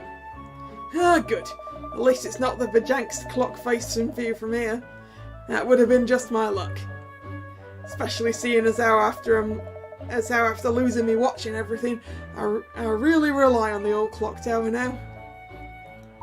Gosh, the missing hand of the clock is already inconveniencing people, it seems. Exactly, which is why we need to be pushing on with the investigation, not sampling every dish on the menu. Ah, that was absolutely delicious. I do believe I may be full. Maybe, you just ate for 4. Stop making out that I'm a glutton. You and Ernest shared the food too. Yes, and it was yummy. Well, anyway, shouldn't we be getting back to the investigation now? Good idea, Shell.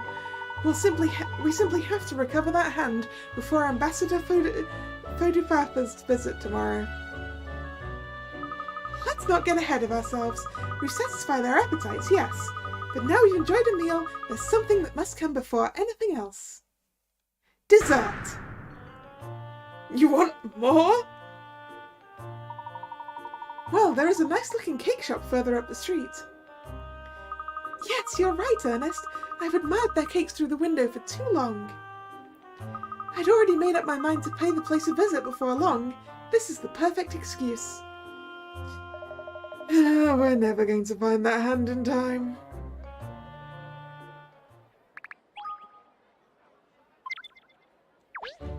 Yeah, let's go to the cake shop. Lipsky's. Hey, that's the same name as the guy who fixes the clock.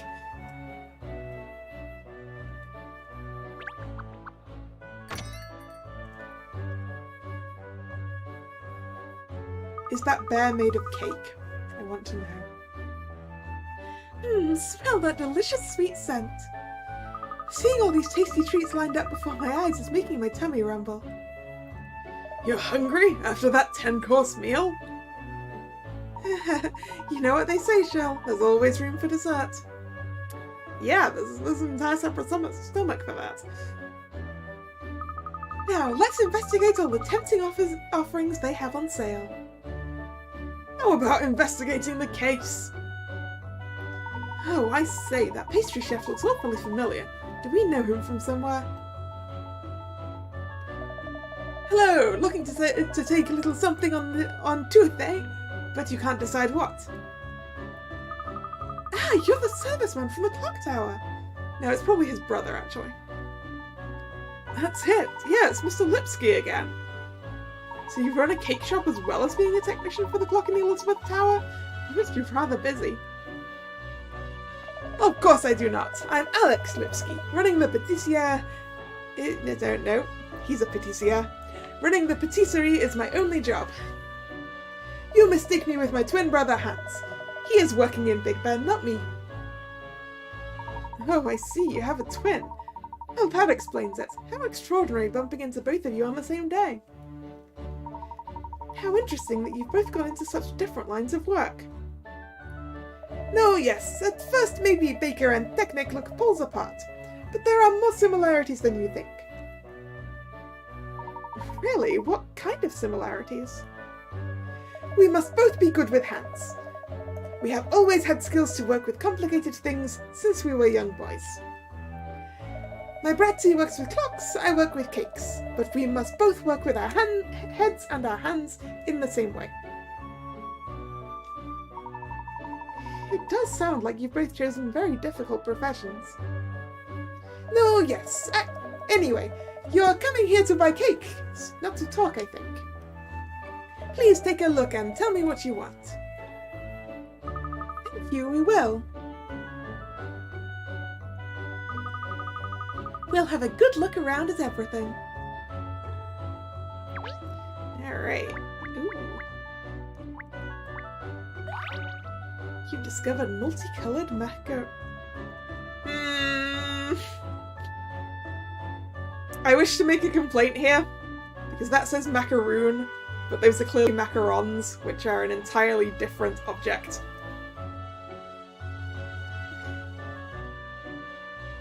macaroons are coconut based and not that shape at all. Macarons are almond based and are that shape. Don't like it.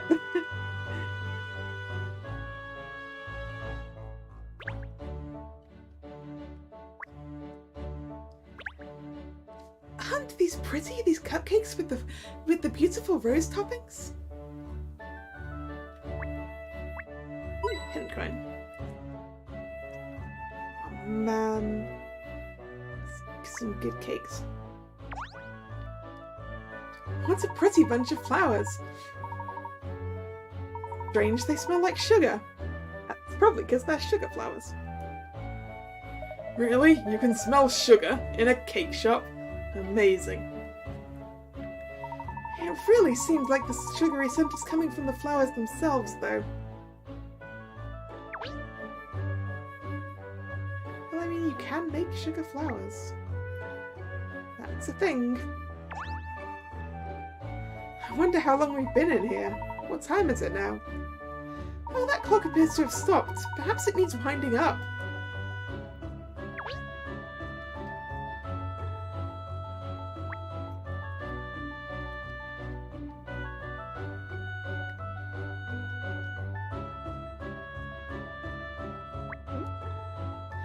Oh, just look at all these lovely buns and cakes desperate to be eaten.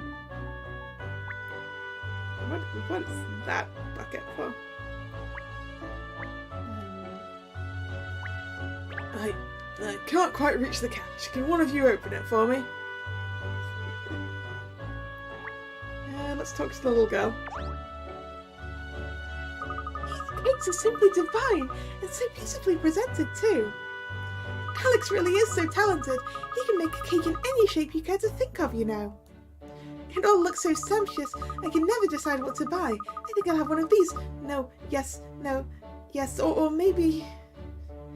no, yes, when I come here, I always end up mimicking the charming way Alex speaks. Let's look at the bear. Is this bear a cake? I wish to know. What a strange place to find a big teddy bear like this. It's so sweet, isn't it? But then it's in a sweet shop.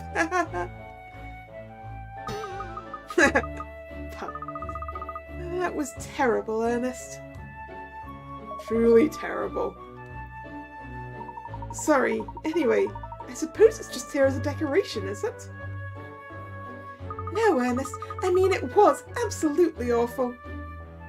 Truly awful. Well, you'll just have to grin and bear it.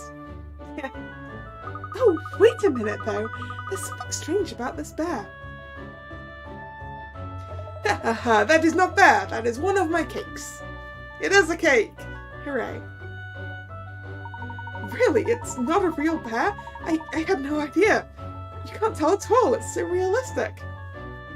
I mean, it's clearly not a real bear, Ernest. It could have been a real teddy bear. Is everything in here actually one of your creations? No, yes, everything you see in my shop is cake or pastry made to look like something from everyday life. I mean, I assume the shelves aren't cake, right? Well, I can see that you have a rare talent, Mr. Lipsky. It is my fun to see how much like real thing I can make my creations. I use all different ingredients from around the world to make things look exactly lifelike. At this moment, I experiment with wafer. Well, your efforts are certainly paying off, Mr. Lipsky. These creations are capital. No, yes, my customers like it. They want these cakes for presents for their friends and for parties. Bear is made mostly from wafer as well, and eyes, they are chocolate. Oh, I'm so impressed. Let's have more of a look around, miss.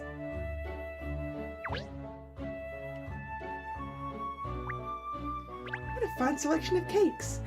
I don't know how you'd ever choose between them.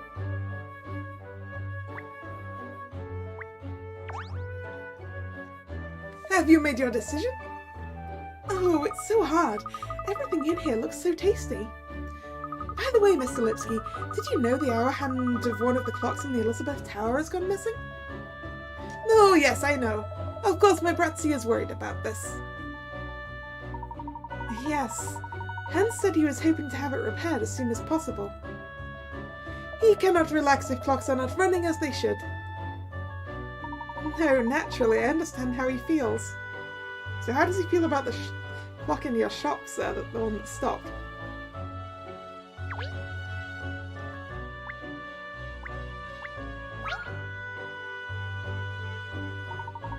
These shelves are full of the marvellous ingredients Mr. Lipsky uses for his baking, look.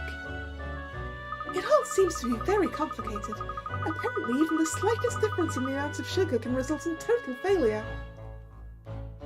Oh, yes, miss. You must have extremely good attention to detail. Rather like what's required for this puzzle. Oh. Puzzle. Puzzle 7. Failing scales. Here are 2 sets of digital scales. Their displays are both broken in the same place, so the bottom left part of a number doesn't show up. For example, the number 6 would appear as a 5. The sugar being weighed is showing up as 1 gram heavier than it is on the left-hand scales and 1 gram lighter than it is on the right-hand scales. What is the actual total number of grams of the sugar on both sets of scales?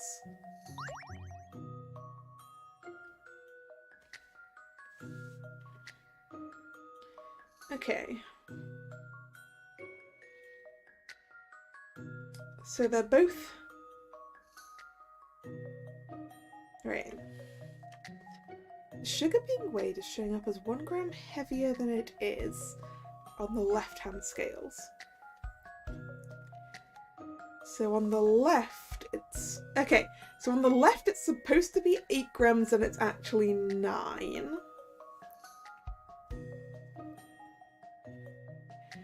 And 1 gram lighter than it is on the right-hand scales. So on the right-hand scales it's showing 5, but it's actually 6.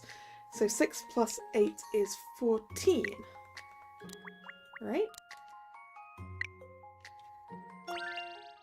So, in conclusion... Thank goodness I got Maths! that right. I can do maths. You did it. The actual weight of the sugar was 8 grams on the left-hand scales and 6 grams on the right-hand scales. Maybe it's time to get those scales fixed.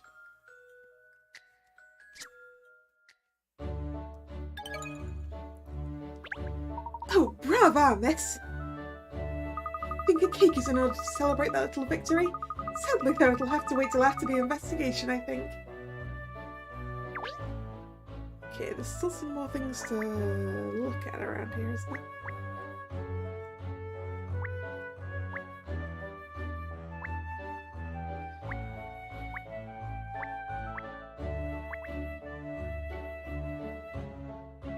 Do I need to look at this again? Mr. Lipsky said that all the ornaments and decorations in the shop were cakes he'd made, didn't he? Which presumably means that these flowers aren't real flowers, doesn't it? Yes, you're quite right, Ernest. On closer inspection, they're actually made from icing sugar or something. I made some sugar roses once for the top of a cake.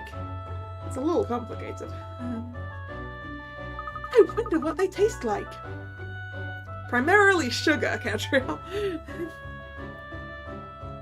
Miss Layton, no, you can't possibly take a bite out of such a beautifully made object. Okay, so I guess we should check the clock. Does that mean the clock's a cake? Oh, the clock is a cake as well! That explains why the hands aren't turning. It is hard to tell, isn't it? I genuinely thought it was a real clock at first. So, you have decided what you like. Oh, I'm sorry. We were so busy admiring all of your wonderful decorations. Yes, I think I'll go for some of your profiteroles, please. Oh, yes, but you will have to wait a short time if you don't mind. I always make my profiteroles fresh. I only put cream into cases when they are ordered, never before. That way cases remain crisp like they should be. Yeah, that makes sense. Oh, I'm licking my lips already. Good, then I go into the kitchen and make for you. Please wait here.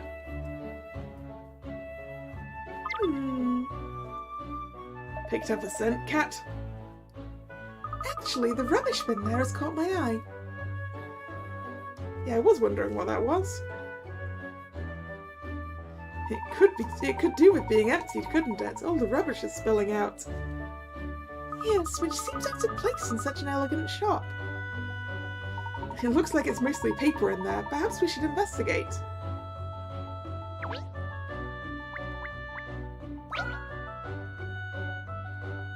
There's a lot of shreds of paper in the bin. It's a sketch of something by the looks of it. I wonder what. You can't tell with the paper all in pieces like that. No, we'll have to do something about that.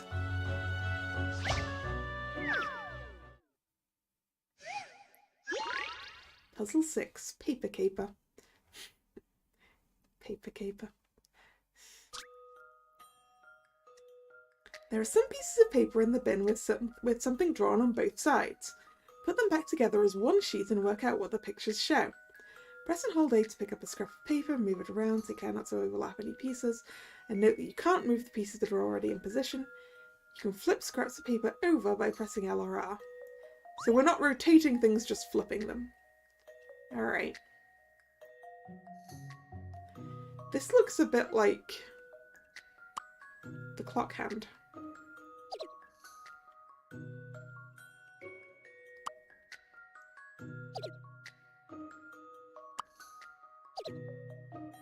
And that looks more like a squid.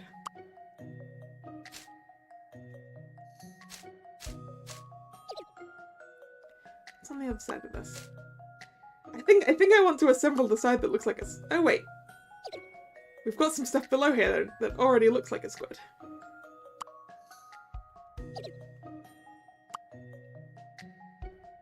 Okay. Clearly I should be trying to make squid.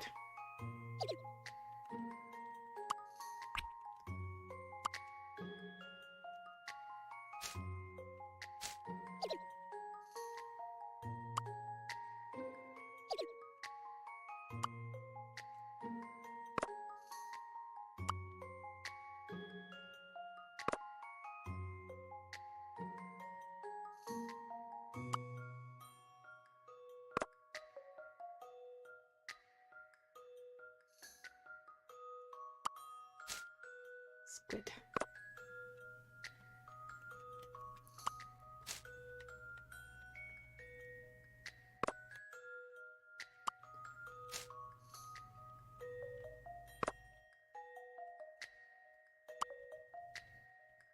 Squid.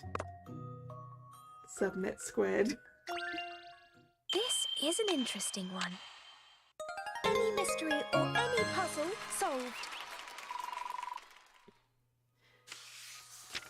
You did it! Putting the pieces of paper back together showed a recipe for some bread in the shape of a squid.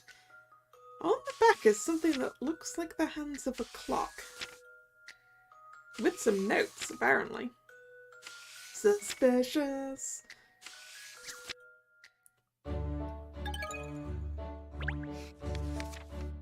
Oh look, you can see what it is now. It looks like some kind of recipe. Squid bread, apparently.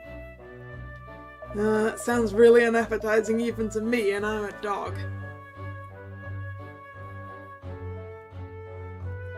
Look at the back, though. What's on the back? There's something drawn on the back as well. The missing hand of the Elizabeth Towers clock. And there are instructions on how to make it, too. It's a blueprint, miss. What the devil is a blueprint of the hand of Big Ben doing in the rubbish bin of Alex Lipsky's patisserie? I think we'll keep hold of that particular piece of rubbish. A cat stealing from the bin? Isn't that a bit of a cliché? This could be a vital clue, Shell. And I think it's safe to assume it's no longer something Mr. Lipsky wants.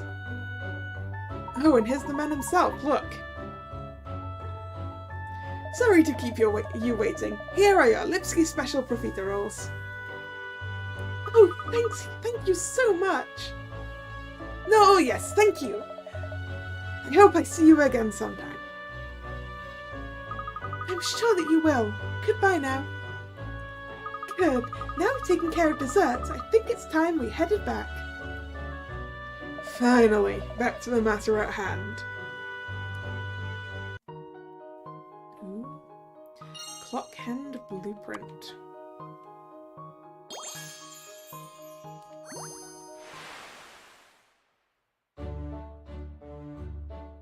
Pieced together from scraps of paper found in the rubbish bin in Lipsky's patisserie. Sketched on the back of a recipe was a drawing of the clock hand. Or it could be the other way around. Sketched on the back of the drawing of the clock hand was a recipe, maybe. Right, I'm just going to take a quick break to go and get myself some more water, and I will be right back.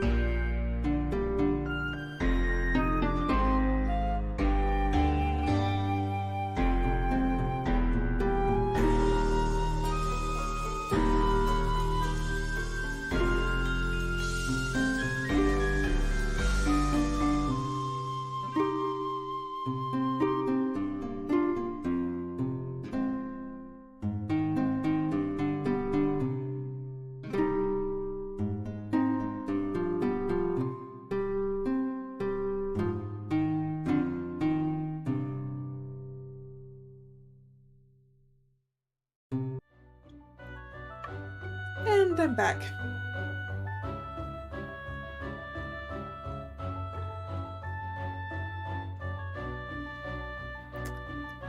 Right, we need to go back to the corner.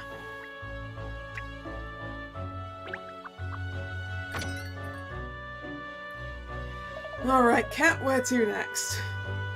You've done the restaurant and the cake shop. Please tell me you're full now. Yes, I couldn't eat another thing. So let's carry on down Chancellor Lane. If we keep heading north, we'll arrive back at the office. Oh, I know what you're thinking, miss. We're stopping in for a quick strategy meeting, aren't we? To discuss our next move? Wrong. There's a lovely little boutique shop next to Layton Detective Agency. I thought we could have a peek. Have a peek? A boutique shop, miss? Alright, that's enough, Cat. Get your mind back on the job. Come on, Ernest. Back me up here.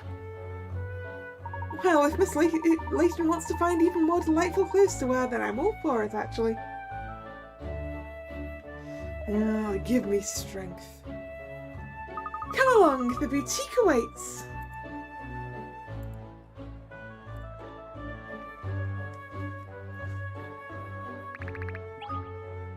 More shopping.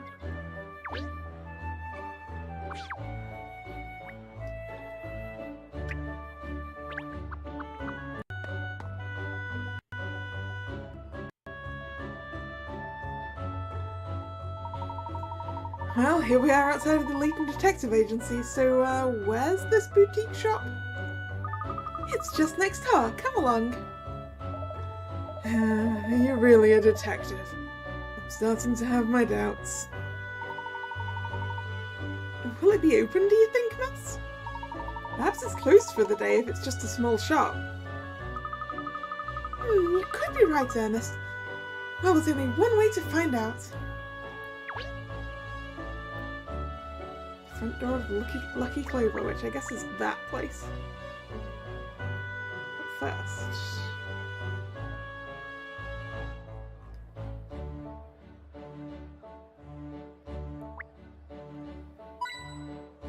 Yay, a hint coin. Oop, there was something up. There.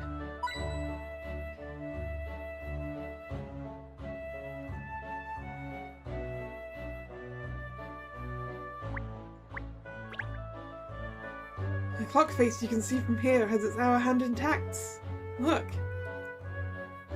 Yeah, but you can't see the one that's missing its thing. Look at the cat. Hello, cat.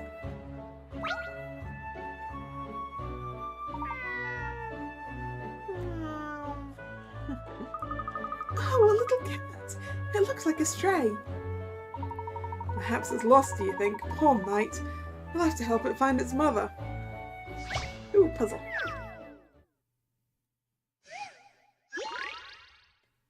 Puzzle 10, Lost and Found. This is a ladder lottery. You need to add horizontal lines to it in order to reunite the lost little ones with their mothers. What is the minimum number of horizontal lines you need to add? Select the box to input your answer. For an explanation of how ladder lotteries work, press X or select the menu button underneath the puzzle picture. Well, I know how they work, so that's fine. Right. Oh, it's going to tell me anyway. With ladder lotteries, you start at the top and follow a vertical line down to the bottom. When you hit a horizontal line, you must go along it, and when that hits the next vertical line, you start following that one down. Yeah, so... we need one line across for the monkey. So a line across for the monkey, and a line across below that for the rabbit, which gets the deer along too as well.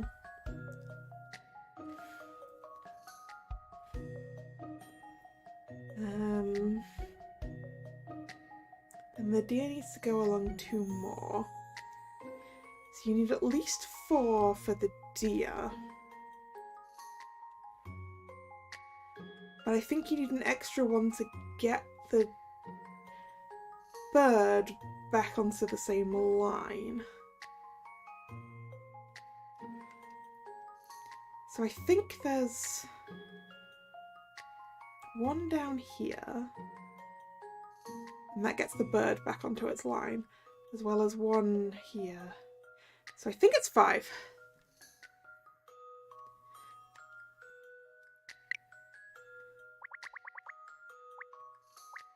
Zero, 5.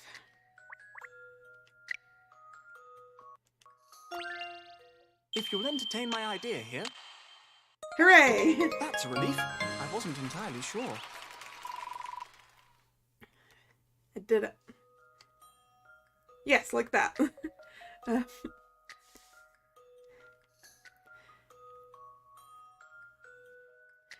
You did it. They all look very pleased to see their mothers. There are several ways to place the 5 horizontal lines, but the way that it's showing there is the way that I was expecting it to be. Just basically a diagonal across for the deer, and then that one extra to deal with at the bottom to deal with getting the bear over one more and getting the bird back. Easy.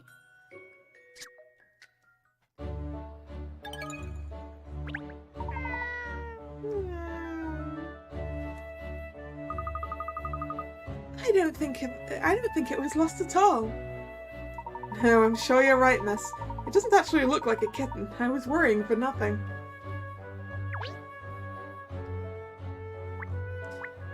What about this guy dressed as a bunny? Sangrio's famous Popanos. Special price just for you. See, Poconos. Poconos? I mean, actually, I have no idea if I'm pronouncing that right. I don't know how to deal with the little tilde. I'm sure I've seen you before somewhere, looting around suspiciously. I'm not suspicious, I'm Benny. Anyone wearing an outfit like that needs treating suspiciously. Poconos are special souvenirs from my homeland, Sangrio. If you have a Pocono, they say you get good luck forever. They say your dreams come true. They say you'll be eternally happy. Gosh, it sounds almost too good to be true. I think we'll have to decline, I'm afraid. We're in the middle of an impotent investigation at the moment. No, don't say no if you don't like my Poconos. How about a puzzle? I mean, I will take you up on a puzzle, sir. Puzzling paints. The colour of the paints are representing the appearance of something. Apparently, one of the colours can be seen every day, but which one is it? A is black, B is white, is blue, C is white. Choose one of them. One of the colours can be seen every day. Some puzzles are multiple choice with answer buttons like A, B, C or 1, 2, 3. Select an answer button to indicate that's your answer, then press plus or submit to see if you are right. For some puzzles you need to select multiple answers. Select each answer, then press submit. Okay. If you change your mind about an answer, select it again to clear it. The colours of the paints are representing the appearance of something. Apparently one of the colours can be seen every day. Okay. So the blue is the sky. But you can't always see the blue of the sky because sometimes everything is covered in clouds. Sometimes, aka a lot of the time, because this is England. And then white would be the clouds, but there isn't always clouds, sometimes. It's looking like today is one of those times. Yeah, there aren't any clouds, it's just blue sky. So, black for darkness? Is that the only one that you would see every day, I guess? This is an interesting one. And that's how it's done. Hooray!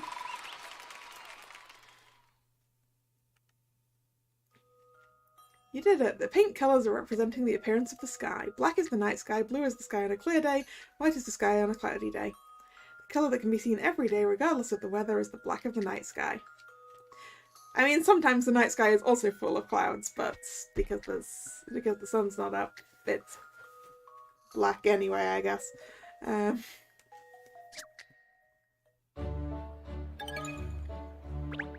Fantastic! You got it right!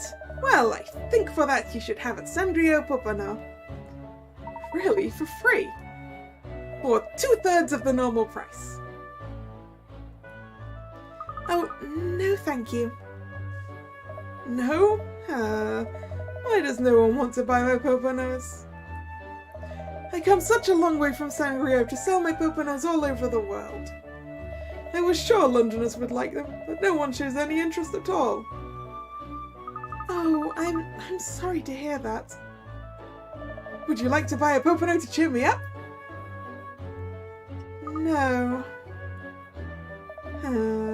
Doing business like this, it is not easy.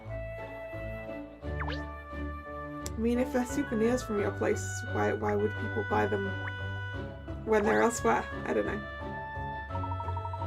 I think you'll find this place was empty until recently, but someone's set up shop here now. Layton Detective Agency, it says on the sign. See?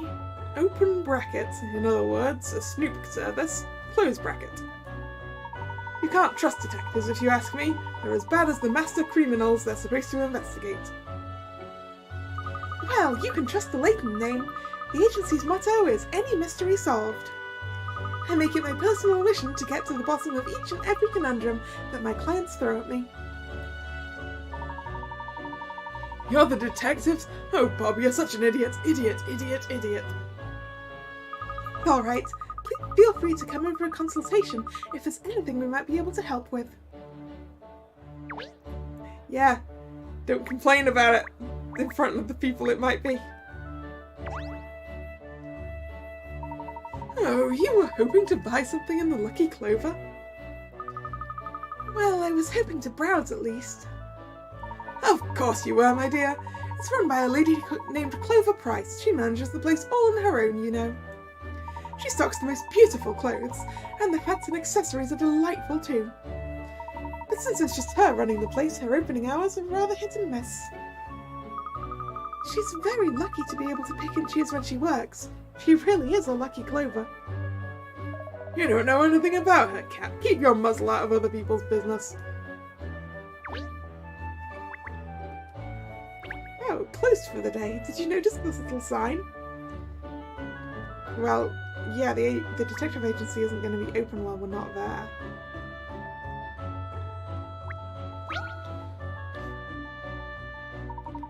The door won't budge. It looks like it's closed today after all. Oh, bother. Sorry, miss, but at least you can easily come again another day, seeing as it's right next door to the office. And I'm in the mood for shopping now. Do you think it's really closed? You don't think the owner will open up for me? No one to give up, Cat. Dearie me, you young tearaways never look where you're going, do you? Sorry? Just look at that puddle at your feet. Oh, goodness, you're right. My shoes would have been ruined. Thank you, madame. I'm very grateful. Oh, don't mention it. Suede is terrible for getting wet, isn't it? It's funny that there's only a puddle here and nowhere else. I wonder why. There's nowhere for the water to drain away, of course. That's the trouble.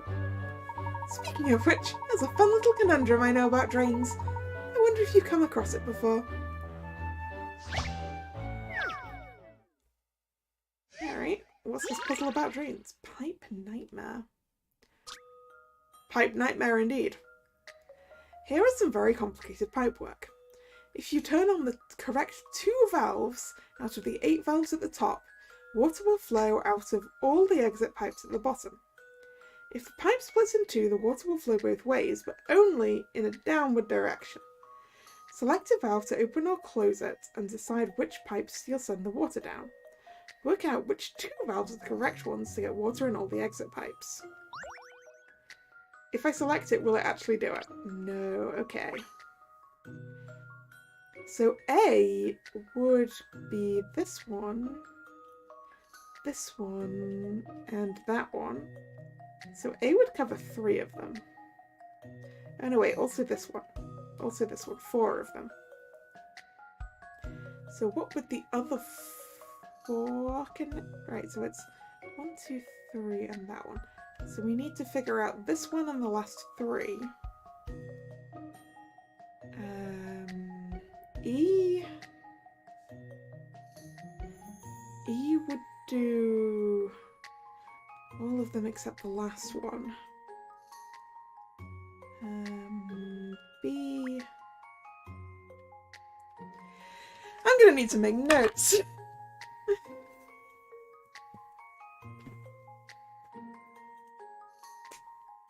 Alright.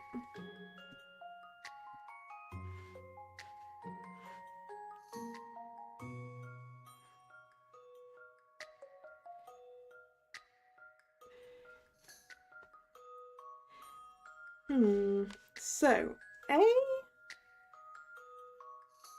if I turn A on, it's that one, it's that first one, also the second one. Does it activate the third one? Yes, by going down there and down there. And then also the 5th one.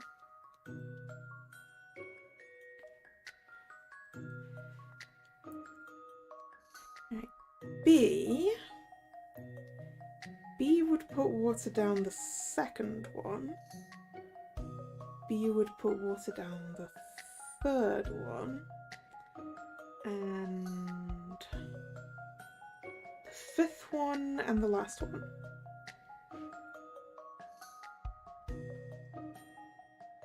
I think.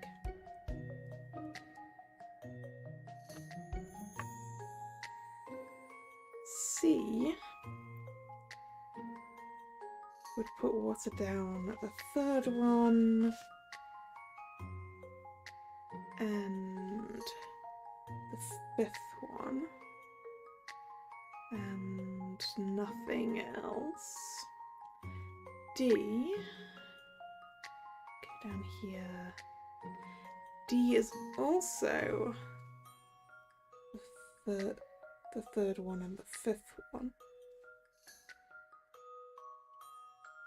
But also down the fifth one again and the last one. E is the fourth, sixth and seventh.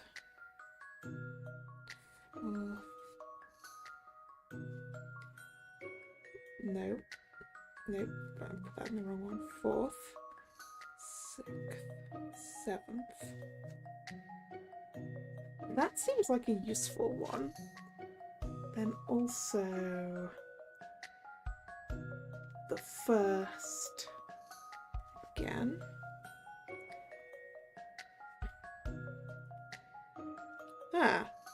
E and B. With E and B, we cover everything. Yeah. Didn't even need to go through all of them. This one. I've seen how to solve this now. Puzzles are made for solving.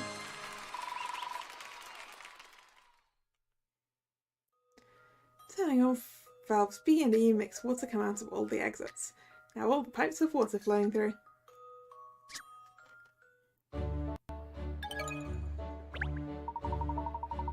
Wonderful, dearie me!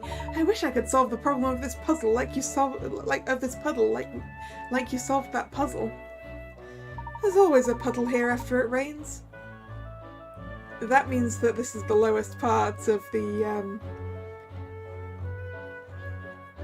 footpath, I guess. Did it rain yesterday then? One of my neighbours said it was raining in the middle of the night, yes. I don't know what she was doing up, mind you. It sounds like it was just a passing shower or two, though. Rain in the middle of the night. Oh! Someone replaced the clock hand with a one made of sugar. And it dissolved in the rain. So the twins, the clock twin and the patissier twin did it. That's what happened.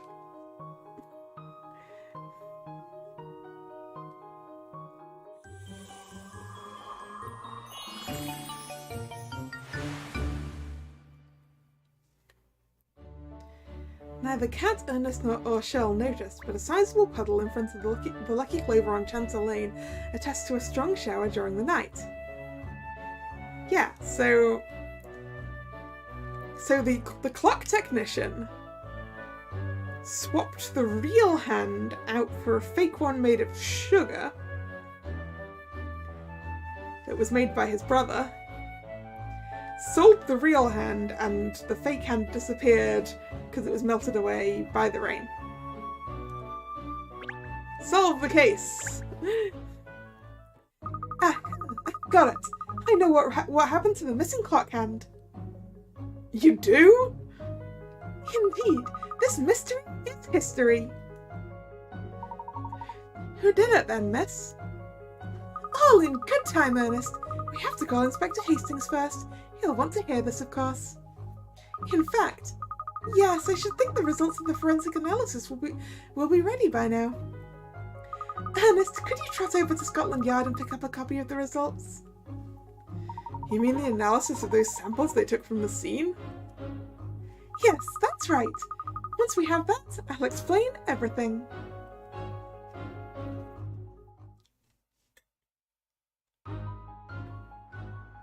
It doesn't make any sense, Cat. Clock hands don't just go missing overnight. Well, not necessarily. What if the hand melted during the night? That's a possibility. No, no, no. Just no. I wonder. Aha! Yes! The hand of the clock must have been an enormous wafer. Now you're Okay, taking a wafer, biscuit. not just... Well, traces of a substance that could be wafer were found at the base of the clock Put tower. it down. Tell me you're making this up, please. The samples collected from the scene certainly could indicate a wafer-like material.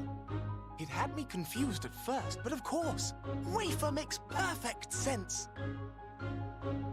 Oh, yes. Wafer makes perfect sense for the kitty cat.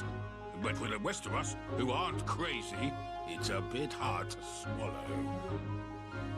Is that also a pun on a Kit Kat? Because a Kit Kat is wafer covered in chocolate. It's the truth that's crazy, not me. Because the truth is stranger than fiction. Really? It's highly probable that the culprit is someone used to cooking cakes and pastries on a grand scale. In other words, a confectioner. We're looking for a master wafer maker. We're not looking, we already know where to find one. Oh, you again. What do you want now? Well, Mr. Lipsky, it's about the person responsible for the missing hour hand. Eh? It's you, isn't it? What are you talking about? This is not fair. You can't pick on me. What evidence? If it's evidence you want, how about this? It's drawing of hand. I believe you made this, didn't you? As a plan for your brother, who had you make a giant clock hand out of wafer biscuit. No!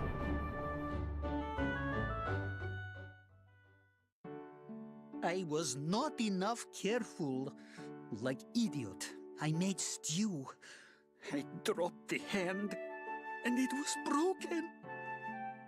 Oh no, he was trying to...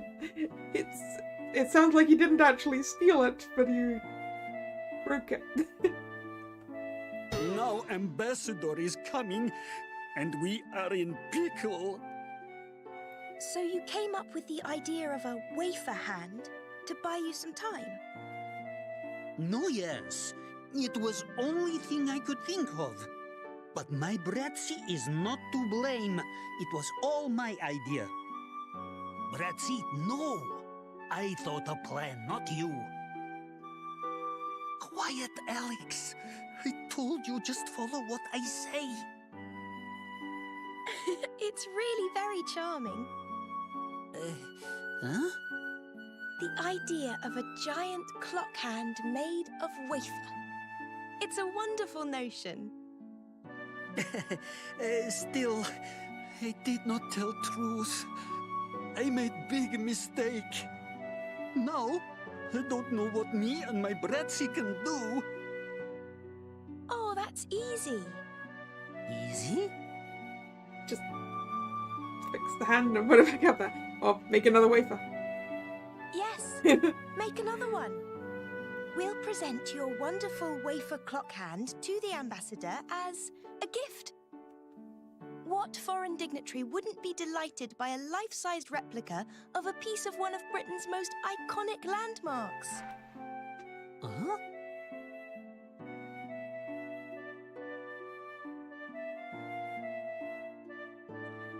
Oh, you British. You know how to entertain, huh? Whatever may happen, you will never exit our hearts.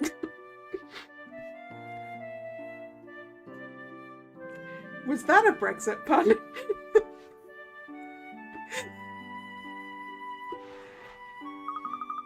So Ambassador Pudifappa's visits went off like clockwork, and Britain's place as a friendly ally to its European neighbours was firmly re-established.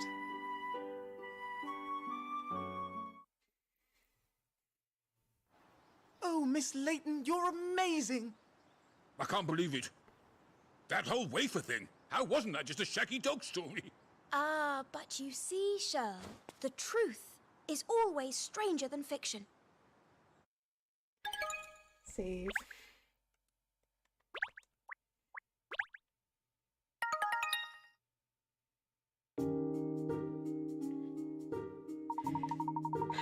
How did you like the basket, Shell? Was it comfortable sleeping in there? Yeah, thanks, Ernest. It beats sleeping on the street, that's for sure. Or worse. Anything to stay out of the pound, out of Battersea. I mean, I don't think it's that bad, but... Well, if there's anything else at all that you need, do let me know. I hear you're homeless at the moment, Shell. You're welcome to live here at the office for a while if it would help. Yes, that would be a good that would be a big help. This memory loss thing is a really rough deal. I don't know who I am or where I come from. I just suddenly found myself wandering the streets. That's the first thing I remember. Until you spotted one of our flyers and decided to enlist the services of the best detective in town. Yes, that was one of the leaflets I designed that you picked up, Shell. Miss Layton had done absolutely no advertising at all since she set up here, you know, so I decided to take matters into my own hands. Although we still haven't had any business. Not from a vagrant canine. Oh, well, excuse me for merely being man's best friend. Now, Shell, I didn't say I was dissatisfied. In fact, I plan to use your dogginess to the full. You do? How? Actually, maybe I don't want to know. By having you do what dogs do best. Using your nose, following the scent of a villain from the scene of the crime, for example. Oh, I say, Miss Layton, what a champion idea. Yes, Shell can perform police dog duties with his heightened sense of smell. He'll be a wonderful asset to the agency. I hate to rain on your parade, but this doggie's nose knows no notable smells at all. Sorry, that was way too many no's. Are you telling us you can't smell anything? Not exactly. I mean, I can smell things, but no better than a human can, I'd say. Really? Oh, what a disappointment. I was thinking I might actually find a use for you. Well, sorry I'm such a letdown. Never mind. I'm sure Shell will prove useful in other ways. Oh, the phone. Get that, would you, Shell?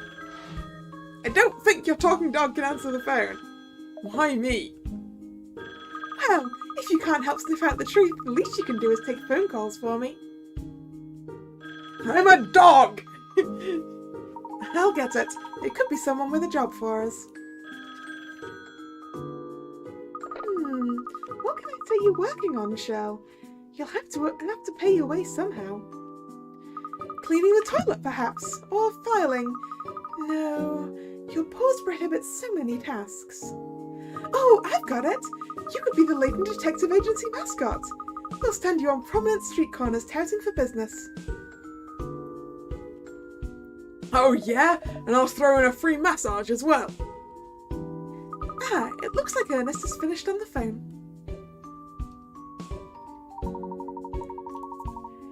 That was Inspector Hastings from Scotland Yard, miss. Inspector Hastings? Does he have a new case for us? A murder, actually. Wow, we're going straight from missing clockhand to murder, are we? A murder? A big case at last. Well, yes, except...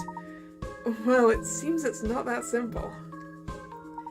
The inspector said it was probably a murder, but might not be a murder. But actually, it seems it probably is a murder, maybe. It's not that hard. Did someone get killed by someone else, or didn't they? I don't know, but the inspector wants you to meet him at Scotland Yard immediately. A murder that might not be a murder, but probably is a murder, maybe. Well, it's certainly intriguing. I smell a mystery that needs unravelling. Oh, bother! What's the matter with you? It's the last day of the Riverside Festival, that's all. I had rather hoped to invite you to accompany me to watch the show this evening, Miss Layton. Oh, yes. I'd forgotten the festival was on at the moment. What kind of festival is it? It's a London tradition. It takes place on the banks of the Thames. It's a hoot, Shell. There are street stalls serving food and drink and stage performances and... oh, it's all rather fun. It goes on for a whole week, but today is the last day. As the climactic finish to the festivities, tonight will be the Riverside Show of Devotion. Yeah, sounds like a real hoot. Oh, it really is. Lots of young men and women who are in love line up on opposite sides of the Thames to face each other and declare their mutual love. Alright. What, in front of everyone else? Absolutely. They say that couples who declare their love at the Riverside Festival will find eternal happiness together, you see. Really? I had no idea about that part of the festival. It's jolly romantic, don't you think? I was hoping to escort Miss Layton so that we could watch the show together, but now... Didn't you say it happens every year? There's always next year then, isn't there, Romeo? Perhaps not, actually. Numbers have been dwindling in recent years, you see. There are rumours they might even abolish the festival altogether. This may very well be our last chance to experience it. I must admit, it does sound appealing. Really? The romance of it all gets to you too, does it, Miss? Oh, joy! Sorry, Ernest, it's the food and drink stalls you mentioned that have piqued my interest. Of course. Ruled by your hunger, not your heart. You should be a dog. Food at festivals always tastes better for some reason, don't you think? It's the atmosphere, I suppose. Oh yes, I couldn't agree more. It's sharing with that someone special that really does it, isn't it? Someone here has a crush. Yes, well, we mustn't keep Inspector Hastings waiting any longer, I suppose. Come along, you two. We need to pop over to Scotland Yard. Of course, miss. Why do I need to come? Because you need to earn your keep. You're getting free lodging here at my office, remember? Unless you prefer the street corner advertising we discussed before. I'll grab my lead. I'm starting to think I picked the wrong agency here.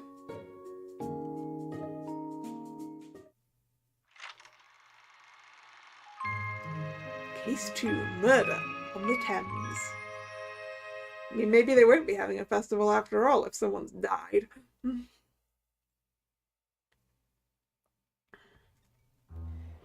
Welcome back, Nick. So this is the famous Scotland Yard, is it? It's not much of a yard, and it's not in Scotland either. As a dog who likes open spaces, both revelations are a bit of a disappointment. Ah, poor Shell. It's actually quite imposing, isn't it? How did the puzzles go? I had some difficulty with an alien attack one, but beyond that it hasn't been too bad. and we solved the first case. It turns out that the hour hand had been replaced with a wafer replica. Oh, I just accidentally moved that on, and I have no idea if I read the previous line. And we don't have backlog ability, never mind. This is a very special place, and not least because it's where Miss Layton and I first met. It's one of my most treasured memories. Such a fateful meeting, wasn't it, miss? This is no time for reminiscing, Ernest. Inspector Hastings has a possible murder or maybe not he needs our help with. Come along, let's go in. Oh, sorry, miss. Right you are. Case coders have been added to Cat's bag. I wonder what that is. In fact, yeah, what is it? Case coders are little mini episodes that you can only see here. Each time you solve a case, a new case coder will be added to the list. Now that the case has been solved, you can view the clue descriptions in the case file.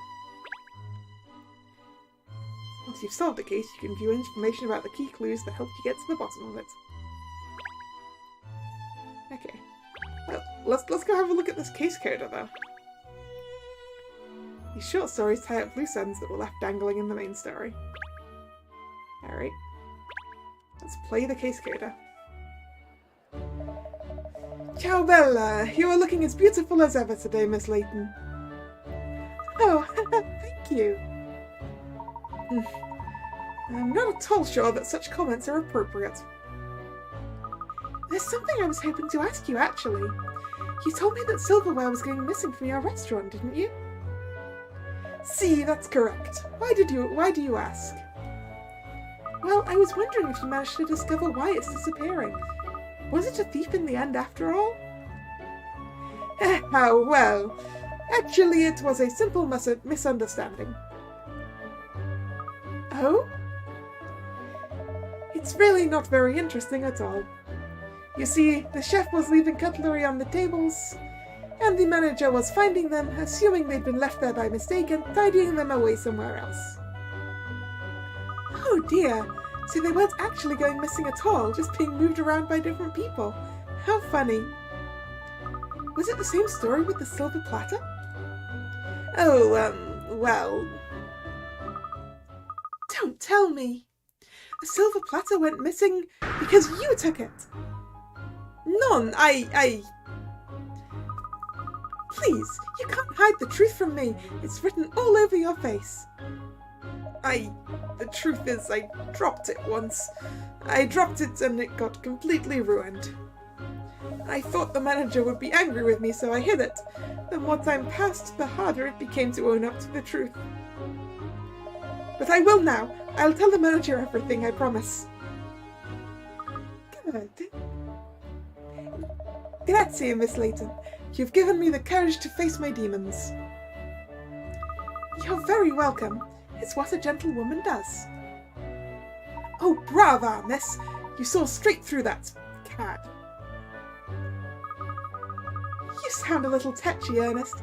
Bet you're hungry. Shall we order? Order? I'll have the melted and curried calzone, please. Actually, no. The angry aqua pazza. Actually, no. The devilfish for daredevils. Actually, no. I'll have all three. You're never going to eat all that. You'll need a doggy bag.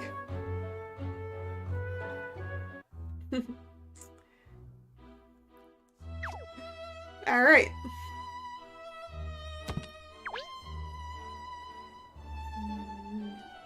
Ooh, bus stop. Where would we be without buses in London?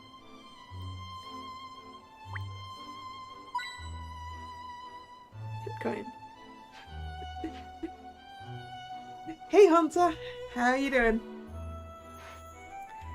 Yeah, we're playing Layton game. Ah, you can see the clock tower even from here, look!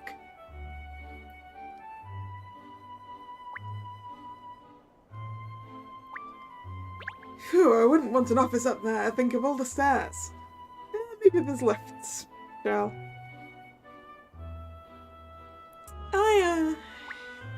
Yeah.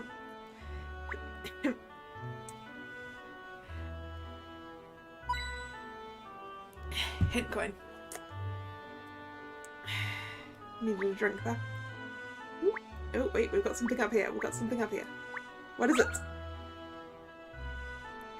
Oh, I say, there's a puzzle hiding among the folds of that flag. What a highly improbable place for a puzzle. Once spotted, Ernest, you quite often find puzzles where you least expect them. Now then, why don't you have a go at solving this one, Ernest, seeing as it was you who found it? Alright. Puzzle 13, Fraught Fishing. A shark is on the prowl at a very popular fishing spot and it's very hungry. You only have 3 pieces of bait to catch all the fish in the area, but you can't afford to throw any bait too close to the shark, or it will notice and try to bite. Where should you throw your precious bait? Your bait attracts all the fish, including any sharks, within a certain range of where you throw it. Of course, you can't throw bait directly on top of fish, that might hurt them. Okay. Does that mean puzzles like a Spanish Inquisition? Ah, you mean because you never expect them. Okay, 3 pieces of bait. I think. Yes. Here.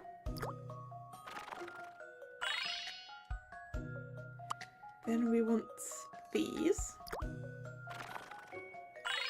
And then we should be able to... Yeah. There. This is an interesting one. Any mystery or any puzzle solved.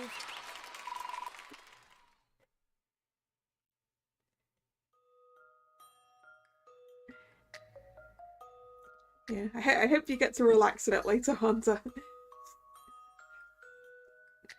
with all that.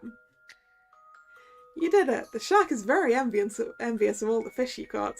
It's thinking of selling some of its teeth to earn enough to buy a fishing rod of its own. I hope the... Poor little shark. I did it, miss, I solved it. Well done, Ernest, I'm quite impressed. Well, it wasn't easy, but it was all worth it just to hear you say that, miss. Okay. We got anything else? Oop, there. Hit coin, hooray. Oop, here. Scotland Yard is an absolute icon of the city, isn't it? Such a dignified building. You know, I don't think I've ever seen New Scotland Yard in person. Hello, what have we here? Catria, Layton and Co, no less. Good to see you at the yard, ma'am. Inspector Hastings is investigating the latest case with a rather small team of officers. A select few, you might say. Ha ha ha. And after your brilliant performance on the Big Ben case, I'm not at all surprised to find you among them, ma'am. Gosh, you've made a name for yourself already, miss. Yes, which means we'll have to work hard and solve this case too. I have expectations to live up to now. Alright, I guess it's like, are we done looking around the outside then? It looks like it.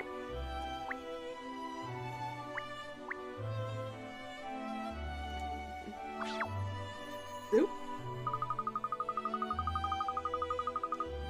Oh yes, I forgot to mention that we can return to the agency at any point, you know.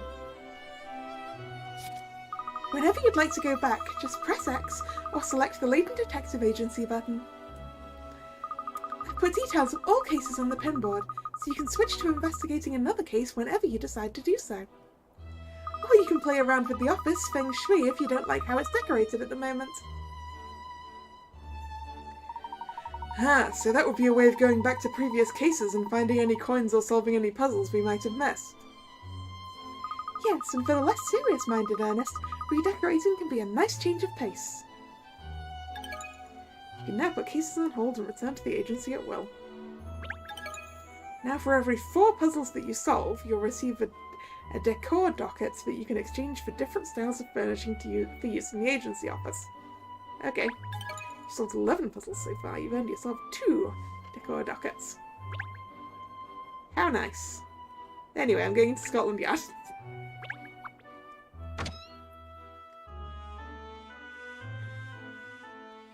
Something's not right. Oh, what is it, miss? Don't you think it's unusually quiet here at police headquarters, considering a murder has just been reported? Yes, I suppose you're right. I don't see many officers rushing around following leads or anything. Twisted Wonderland room decorating Layton style. I mean...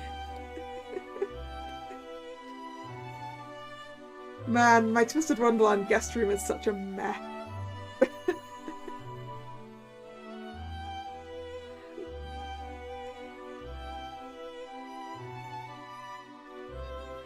Oh, look, there's Douglas Sturt, the reporter from the London Times.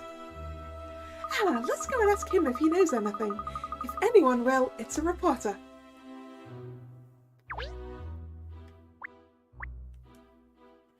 Newspapers and magazines for people waiting, eh? Where's Ideal Hound? I think members of the public are supposed to sign in here, but I never have. I mean, you probably should be signing in, Catriel. Hint coin.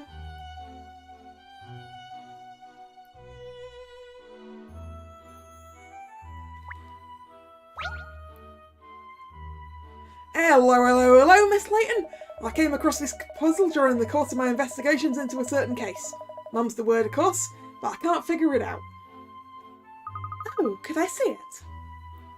You could indeed. This is a very puzzling puzzle. I'd certainly appreciate your assistance. It's a very puzzling puzzle, is it?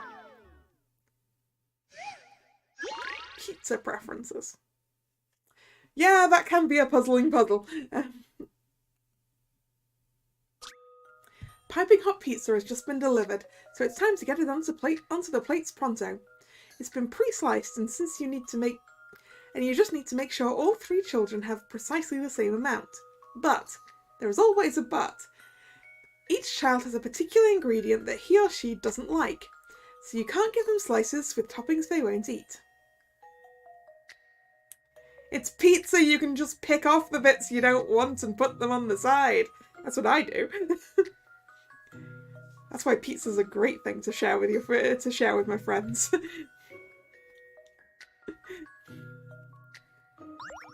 Anyway, okay, so this one doesn't like egg, this one doesn't like tomatoes, and this one doesn't like bacon.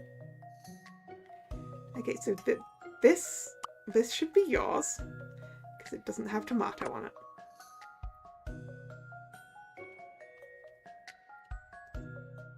This has got tomato and bacon, but no egg, so it can be yours. I've got 2 plain pieces here. What don't I like on my pizza? There are so many things, it would be easier to go with what I do. I don't like, well, my stomach doesn't like onion, so that's a no. I also don't like peppers even. I don't like pieces of tomato either, really.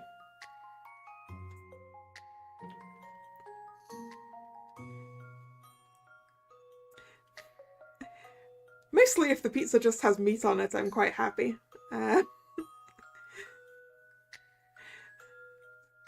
Right, okay, we need the same amount of... Right, if we need the same amount of pizza for each of these children, we've got 4 pizzas and 3 children. So they each need 4/3. Is that right? So she's already got 2/3, so she needs 1... No. She needs 2 more, like another half. So if we give her this half...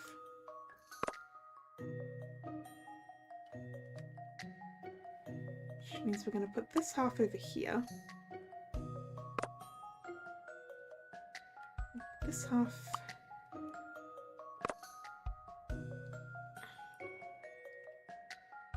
If you have those pieces.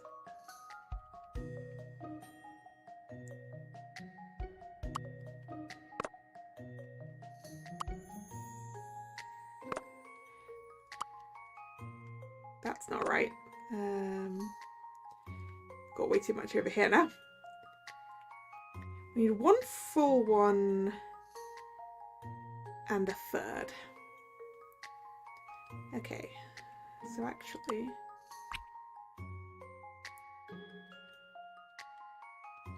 that way.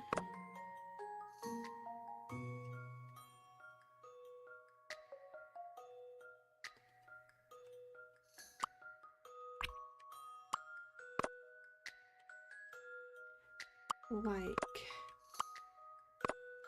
this. A full pizza and a third for each of them. No egg here. Egg on pizza seems kind of odd, but I would eat that. Alright, there's no tomato here, yep. And there's no bacon over here. Okay, I'm happy.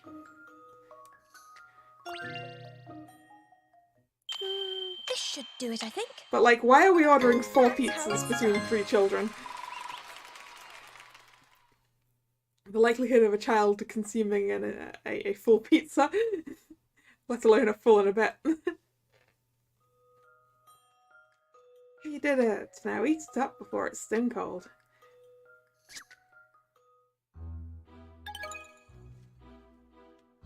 Egg on pizza seems like it would be quite dry. Right? Because it looks like it's like hard-boiled egg, and then you'd have to put it in the oven again. Yeah, that doesn't sound particularly tasty.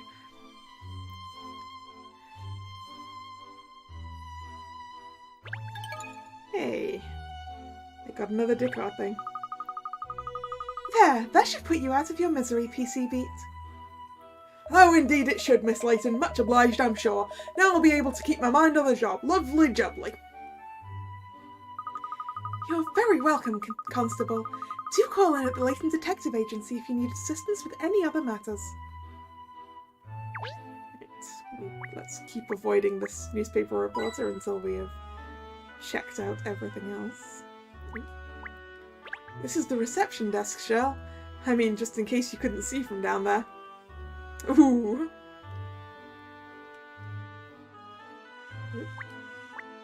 Another hint coin. We need the hint coins, we had to use some. Okay, I think it's time to talk to the reporter.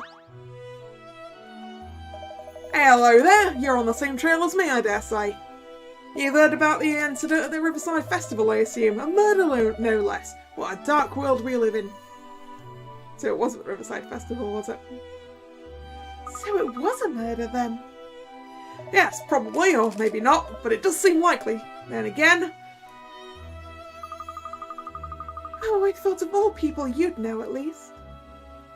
So has someone gone missing then? Did they fall in the river? Well, word on the street is it was a murder, but the police haven't made a statement either way. Seems a bit odd, don't you think? A murder at one of London's biggest events should be front page news. It looks like we're going to have to get the facts from the horse's mouth. If by horse you mean Inspector Hastings, he passed through here not long hence. I pressed him to give me the lowdown, but he gave me the cold shoulder. I think he's probably still in his office. Ah, thanks for that. We'll go and find him. No need to thank me. All I ask in return is a little dishing of any dirt you happen to pick up. Anything at all will do.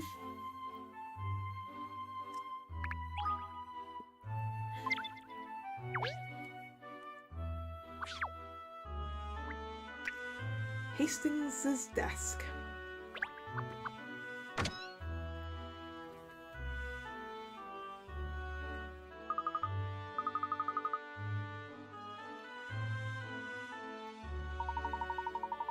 Sorry, I forgot to even say that first line. Just completely missed it. Then, where is the inspector? Oh look, there he is, over there. Gosh, his face is as black as thunder. This must be a terribly troublesome case. He always looks like that. Perhaps he finds every case troublesome. Let's ask. Well, let's nosy around in his office first, actually. I found a hint coin in his coffee mug. Oh, and I thought your desk was a dog's dinner. This is a whole other level.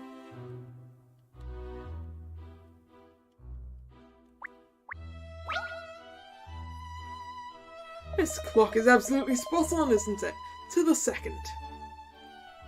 Well, Shell, having accurate time references is a vital part of the investigative procedure. Right, Ernest. Police and detectives alike have to make sure they have the correct time.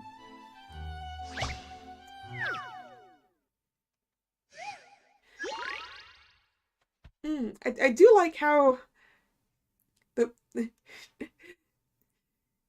whoever localized this game is clearly knows British English quite well, with all the expressions that are being used that I'm used to.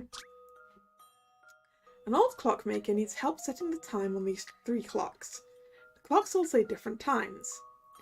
One says 4:05, one says 2:18, and the other says 3:05. One of the clocks is 32 minutes fast, another is 28 minutes slow, and one of them is stopped completely. Set them all to the correct time. Okay, if one is 32 minutes fast and another is 28 minutes slow, then those two will be an hour apart, which is the 4:05 and the 3:05. So the correct time is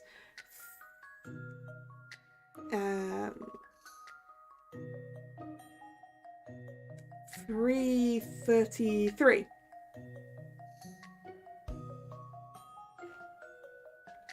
Yeah. 3:33.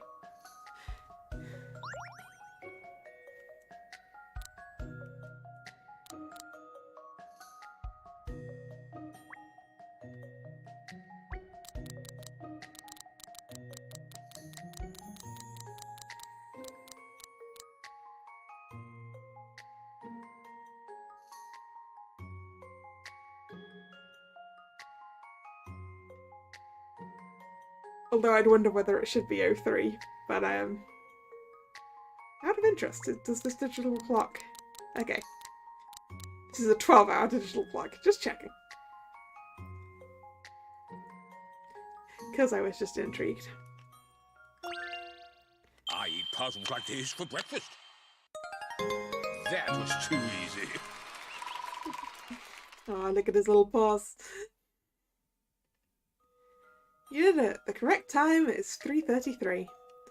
The old man looks really pleased now that all the clocks are right.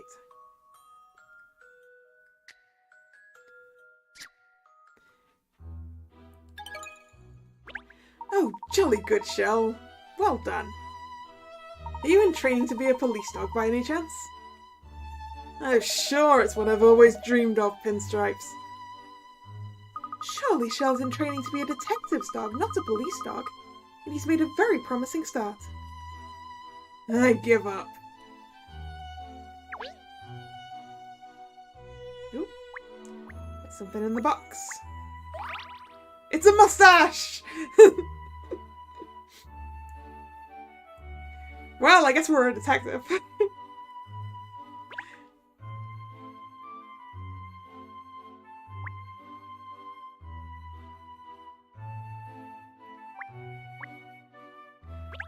Do you think there's something behind all those papers that he's trying to cover up? It's rather hard to see what's among all these photographs and memos. I think that's just the same thing though. Ooh, there. Hey, a hen coin. Ah, a comfortable chair for guests to sit in when they come visit the inspector. Hey, one of your drawers is hanging open there, Inspector. That can't be good for the drawer. Alright, let's talk to him. Ah, you're here, Cap. Good, I've been waiting for you to show up. I see you've got your usual entourage with you. We don't actually allow pets in the yard, but I'll turn a blind eye for now. I hear there was an incident at the Riverside Festival. Yeah, that's right. And the festival's in full swing already. I was actually planning on taking my better half along tonight to watch the show, when Alice has happened. People are saying it's a murder, is that right? Who told you that? Oh, it was me on the blower, wasn't it? Well, like I said, we don't know for sure. What exactly did happen, Inspector? Well, I'll tell you what I know so far. Early this morning, a man and woman fell from opposite sides of the Thames and haven't been seen since. But it sounds like it was no accident. The man was pushed by someone. Then it's clearly a murder. The woman, on the other hand, chucked herself in. Gosh, a murder and a suicide. You're not suggesting the two events are unrelated, but just happened to occur at the same time coincidentally? We haven't managed to ascertain yet whether they're unrelated or not. There's people trawling the river as we speak, but we still haven't found either one of them.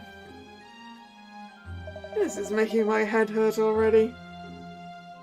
On the phone before, you said it was probably a murder, but it might not be a murder. What did you mean by that? Do you know anything about the victims at all? According to our investigations so far, the girl was called Vic and the bloke was called Tim. Last name's not forthcoming. Both of them lived on Chancellor Lane, it seems. Hey, that's the road that our detective agency is on. Well, blow me down with a feather. Everything seems to happen on our street. Apparently, the pair were set to appear as part of the Riverside Show of Devotion tonight. I wonder what's behind all this. It's my job to find that out, Sunshine. It seems I was requested personally to handle the investigation. And not only that, I've been told not to involve too many officers. On the one hand, I'm flattered. On the other, I'm flummoxed. There ain't exactly much to go on. And I'm hampered by having so few officers at my disposal as well. Ah, useful to you, the fact that I am not an officer. Which is partly why I asked you to come down here, Cat. Couldn't lend a hand, could ya? I see, so that's the situation. Tell me, who is it that asked specifically for you, Inspector? I'm just on my way to see the person in question now as it happens. Tag along. I like to believe I'll find her down at the Guildhall. Guildhall? You mean the town hall on Gresham Street? Yeah, that's the one. Come on, shake a leg. All right then, lead the way.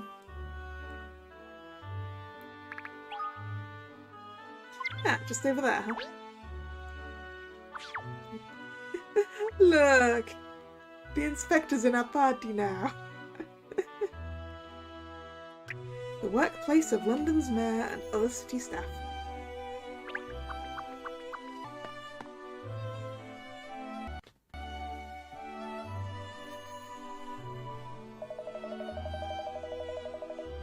So this is Guildhall, is it? You can almost taste the history here. It's bustling, isn't it? Especially considering the late hour.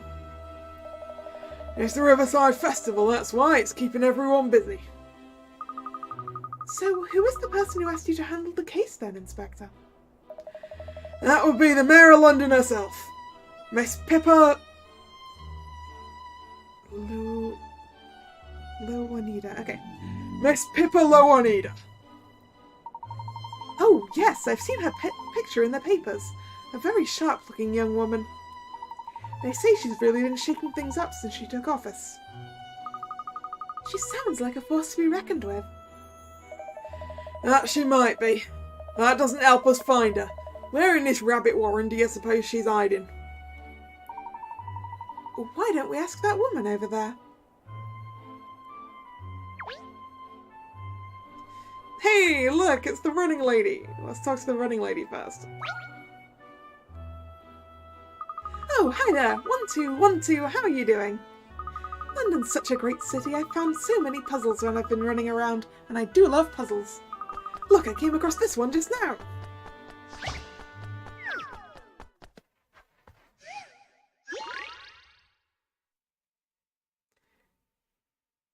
Yeah, definitely an unusual name for the matchstick puzzle. The matches are lined up to show the number 3709. By taking away one match, you can spell the name of a sport. Which sport is it? Okay, by taking away 1, you can spell it. Ah! Yes. It's backwards. If you take away the matchstick on the bottom of the 3 and then read it backwards, it says golf. Well, sort of backwards, upside down-ish. Pretty sure the answer is golf. I mean, there's not many 3-letter sports in the first place. Sorry, 4 letters even. Not many 4-letter sports. This is an interesting... And that's how it's done.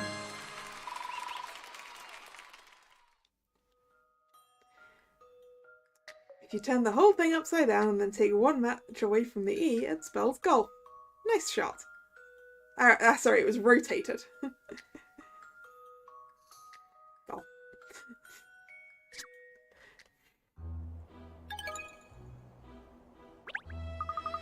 That was fun, thanks. Oh, you're very welcome. Great exercise for the brain, huh? Hey, you want to come for a run with me as well? No thanks. Oh, I don't know. I'm not sure I could keep up with all the 1-2s. I think I'll have to pass, sorry.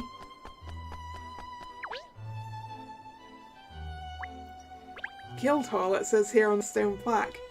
Well, at least we know we're in the right place. Ooh, got something there. Can't go in. It's a very stately building, isn't it? Just right for a history with such... No, sorry. Wrong word. Just right for a city with such history and tradition as London. Judging by all the lights in the windows, there must still be people working, even at this hour.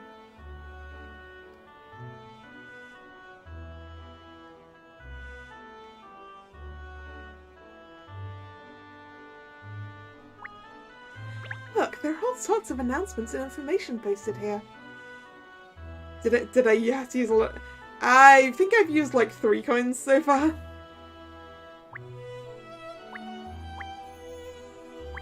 I had to use 2 on the alien one because I couldn't get it. Excuse me, would you point us in the direction of Mayor Lowanida's office, please? Oh, the mayor. Yes, she's probably in her chamber. I should think so. Anyway, probably. That's it. Really make us believe you know what you're talking about. I'm Miss Lowanida's secretary, Hetty Tate. Pleased to meet you. Do you need to see the mayor about something? She's extremely busy today. I'm not sure she'll have time to fit in any unscheduled appointments. I didn't realise the mayor had so much to do. Oh, well, Miss Lowanida is a very dedicated individual. As I'm sure you all know, she's taken it upon herself to totally revolutionise the way the city is, well, governed. At present, she's pushing forward her plans for environmental projects as well as welfare reforms. Golly, she certainly does sound like she keeps herself busy.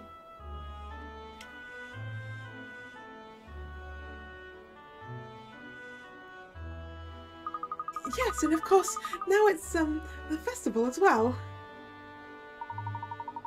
Is the mayor personally involved in the running of the festival then? Most definitely. Hello Anita goes to extreme lengths to ensure the festival's success. Every year she plans a great deal of the events herself, and she's always present on site to oversee the setting up and other arrangements. And this year's festival is on a larger scale than last year's, so it's been all hands on deck around here.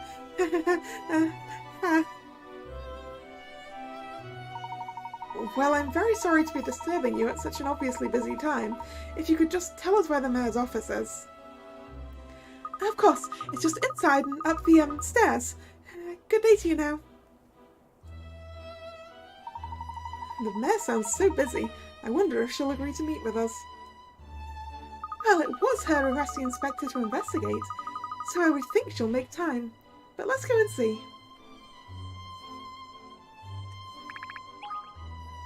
Yeah, so some of the name puns are more obvious than others, aren't they?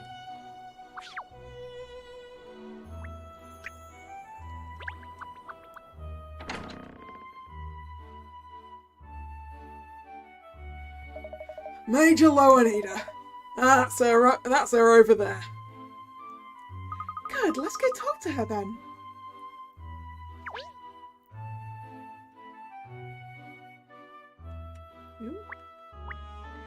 Ooh, I like these chairs. Very chic.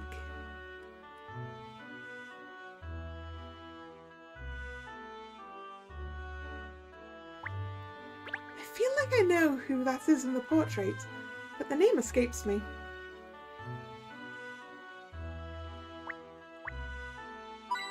Hint coin. Ooh, and a something. A mysterious mask.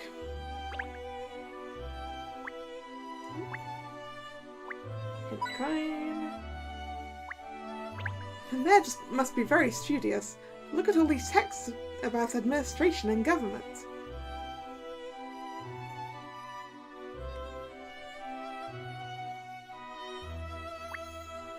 Ooh, another hint coin. I'm not going to feel like I need to ration them so much. At least for a little while. Alright, let's talk to her then. Major Loanita, sorry to bother you when you're so busy. Inspector Hastings, CID. Ah, Inspector! I'm pleased to finally meet you in person. And your colleagues are? Ah yes, these three. Well, these two and the dog are from Layton Detective Agency. The Layton Detective Agency? That's right, I've enlisted their help for this case. Miss Layton has proven herself an extremely capable crime solver. Only the other day she helped solve a very difficult case for us. It's a pleasure to meet you, Mayor Loanita. Catriel Layton, at your service. Please feel free to call me Cat if you prefer, or Catriel. I really don't mind.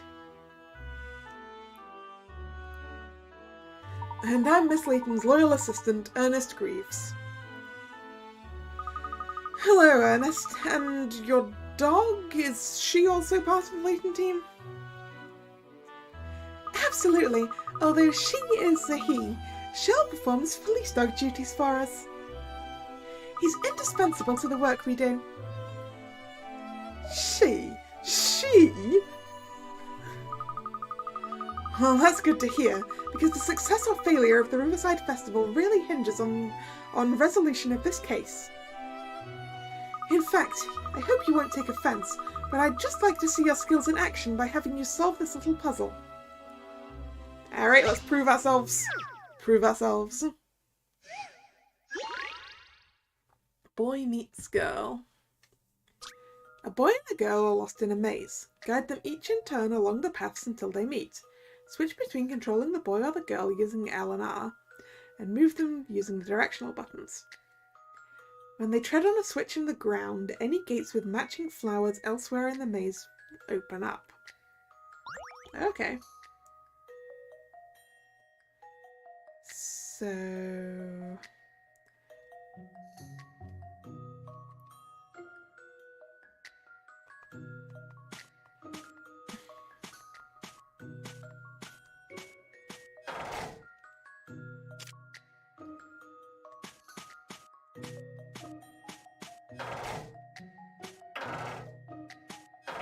Oh. Huh. So one of them has to be actively standing. Okay.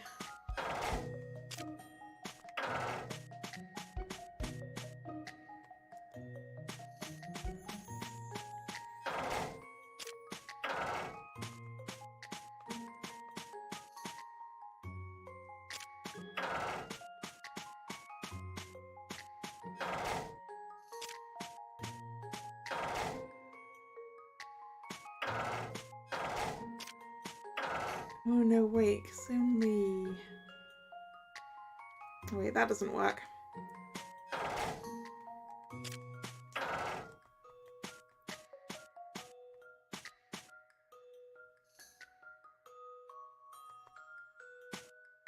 Alright, okay. I've got it. I think I got it. Right, we stand on here. We swap to the girl. We take her to here. Then we swap back to the boy. Then we put him on this one. Swap back to the girl. Yeah. The yellow gate was irrelevant. This should do it, I think. And that's how it's done. You did it! The boy and the girl are safely back together again. Phew. Puzzle 17, Boy Meets Girl, has been added to the puzzle index. Well, that's very impressive, I must say. Your puzzle-solving skills are abundantly clear. I feel confident that I can entrust the Riverside Festival case to you now. Oh, yes. Miss Loanita, you can count on us. There are a number of troubling points about the case, most notably the stark resemblance to the Legend of the Thames. I'm not aware of a Legend of the Thames, I'm afraid. I seem to recall hearing something like that before, but I forgot the details. Allow me to explain. The tale goes like this. Long ago, a young man and woman, each from a distinguished London household, fell in love with one another. However, the two families were enemies, and so the couple's love was forbidden. They were forced to arrange clandestine meetings every night, each coming as close to the other as they could, on opposite banks of the river. The woman's father learnt of their activities and arranged one stormy night for her lover to be pushed into the river. What a stinker! The current was too strong for the man and he was swept away to his death. Witnessing her lover's tragic end, the woman was heartbroken and threw herself into the river as well, ending her own life. I see. It's said that the couple's bodies were found days later, locked in an embrace. From then on, the ghosts of the couple were believed to draw young lovers to the river on clear starlit nights as they lamented their tragic fate. So to appease the uneasy souls of the departed lovers, a festival was established. And that's the origin of the current Riverside Festival, I presume. That's right. It's a terribly sad story, but in the end, the couple were united in love. Which is what led to the belief that gazing at your loved one across the Thames will bless your relationship with good luck. Ah, yes. That's the idea behind the Riverside Show of Devotion, which is happening tonight, of course. But what an extraordinary similarity between the legend and the case we're currently investigating. Yes, it's either an incredible coincidence, or someone contrived to mimic the legend on purpose. Interesting. It's a terrible shame that such a dreadful crime has sullied the festival. So many Londoners have been looking forward to it. We must get to the bottom of it at once, so that the people's minds can be put to rest. I was told you'd asked for me to lead this investigation using a very small team of officers, Miss Loanita. I don't understand why you wouldn't want the whole force working on it if it's important to get resolved quickly. Yes, the problem is a great many members of the public are present at the scene because of the festival. If we send in squads of police officers, we'll utterly destroy the atmosphere. That's your reasoning! After all, we're not even sure if it's a murder, an accident, or a suicide we're dealing with. I should like to avoid alarming the public by keeping the investigation as low-key as possible. I see. Still. Inspector Hastings, everyone tells me what a talented police officer you are. They do? Yes, I hear you're dedicated and passionate about your work. One of the most admired detectives at Scotland Yard, I believe. Which is why I know I can rely on you to carry out this investigation swiftly and discreetly. Not too much safety, it'll ruin the vibe, right? Well, I don't know what to say. After such high praise, I can hardly turn you down, can I? Thank you, Inspector, and I'm grateful to you too, Miss Layton, and your assistant. Now, I'm afraid I'm rather busy.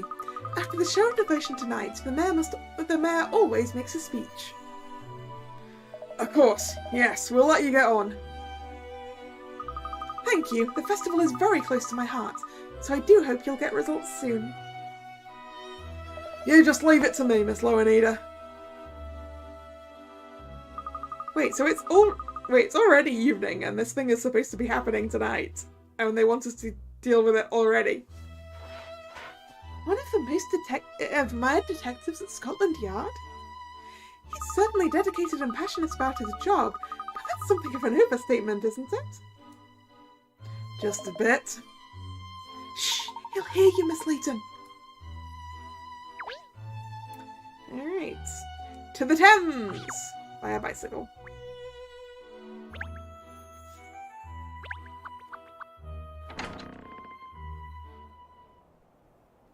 Oh, it's you. Indeed.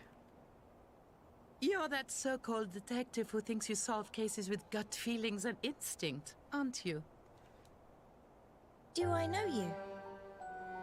I'm Emiliana Perfetti, forensic analyst and profiling expert.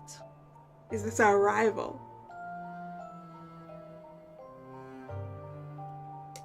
Unlike some people, I base my deductions on hard evidence. Facts and We figures. use evidence.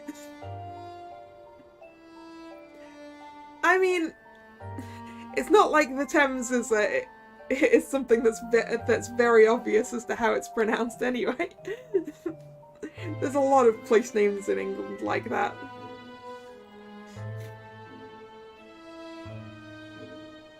Like Worcester.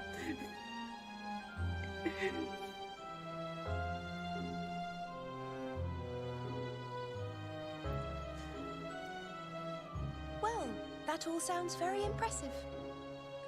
Yeah, impressively stuck up.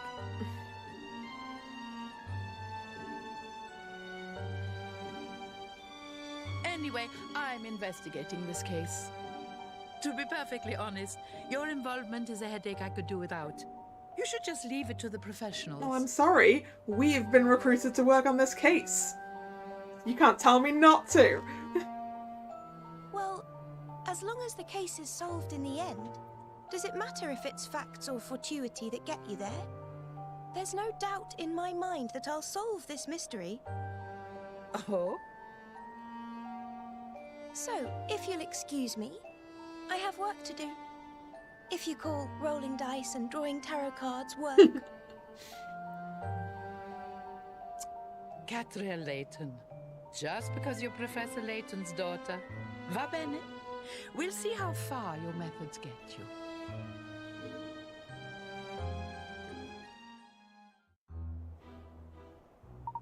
Who was that woman, Inspector Hastings? She's a profiler. She's pretty well respected down at the yard.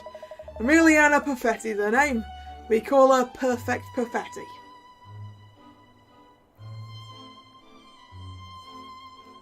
Yeah, she does appear to be Italian, doesn't she? Profiler? You mean someone who analyses criminals and their motives? Something like that. Profiling's all about evaluating physical evidence and reconstructing crime scenes and the like. Perfetti's got a real knack for figuring out details about criminals by gathering a ton of information from crime scenes and analysing everything she finds. She helped crack a number of cases that have had everyone else at the yard stumped. It sounds like she's a very talented lady. Yeah, and if we don't pull our claws out, she's going to steal our thunder and solve this case before we do. Yeah, you were considering being a criminal profiler, were you? You're right, Shell. And while we're building our reputation, we could really do with solving high-profile cases like this ourselves. Well, I'm going to head back to the yard and see how the investigation's progressing. What about you? I think we'll start by heading to the river where the incidents took place. Alright, well thanks, Kat. This isn't just about pleasing the mayor, of course. It's about allowing Londoners to enjoy the festival. I hear you loud and clear, Inspector, so we'll be running along.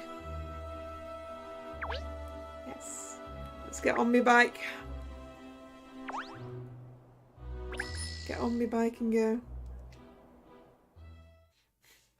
Yeah, I imagine on TV shows it's not very accurate. Right? You've arrived at By the Thames. So this is where the festivities take place, is it?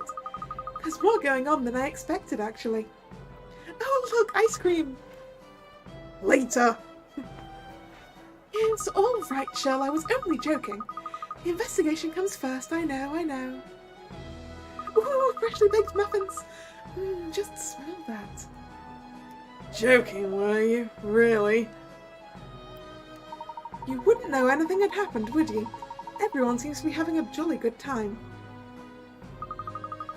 But if our reporter friend Douglas Dirt is to be believed, the public are well aware of the incidents. Perhaps we should talk to a few members of the public while we're here and see if we can learn anything new. Hey, we've seen this guy before! Imagine a plush of Shell. It would sell quite well. Probably would, wouldn't it? That's London Bridge, is it? The one that's falling down? I'll take a boat. Okay, so we're by London Bridge, are we? Ooh, there's something up here. Stage show soundtrack.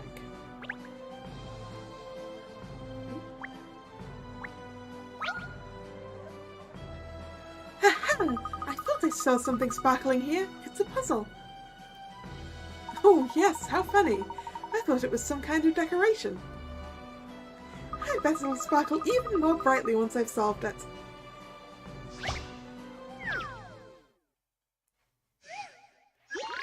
Cozy up the chicks.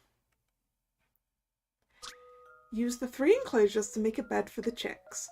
Press and hold A to pick up an enclosure and move it around. Position the enclosures so that all of the chicks are contained. Alright. Contain all the chicks. Okay.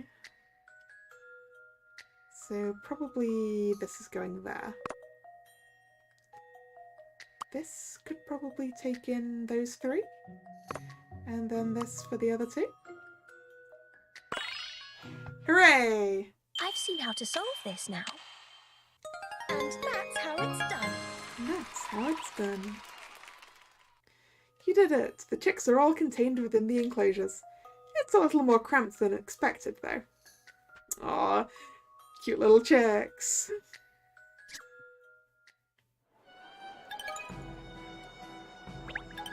Hey, more decor ducats. Oh, I was right. It's sparkling much more brightly now I've found its solution. Oh, yes, miss. You make everything sparkle more brightly.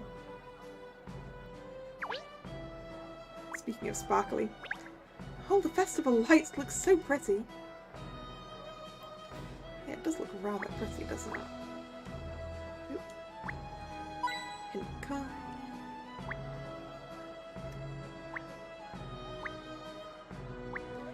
The way the festival lights dance on the water is quite enchanting, isn't it?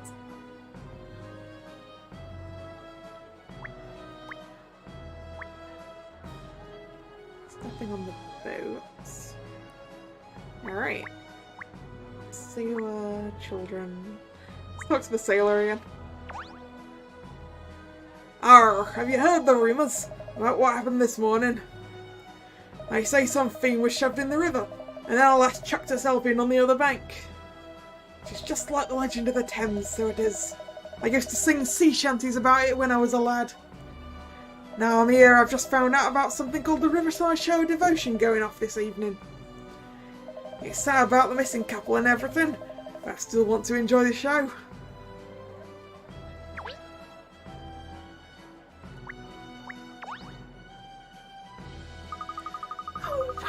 Oh wow! This is the Riverside Festival! I can't believe it! It's the best! I know! Isn't it just the best? I suppose it is the most famous festival in London, mind you. I heard it was really boring though. Look at all these people here! Coming here was just the best idea, Benji! I really wanted us to take part in the show of devotion tonight, but apparently you have to apply in advance. Oh, really? I wanted everyone to see how in love we are. Those two are clearly older than they looked on the thing. It feels rather like the tragic incidents have actually attracted more people down here. Yes, it was always something of a low-key affair before the Riverside Festival. I think perhaps not many people were ever really aware of it. Wait, did someone contrive this just to make it more popular? So it seems that since people got wind of the incidents, they've decided to come down here and see what the festival is all about. That's poor taste, that is. Well, it's the way of the world, Shell. It's only when things make the headlines that, for whatever reason, that people realise what they're missing. Much like how all these people are in the presence of a great detective at this very moment, but they have no idea.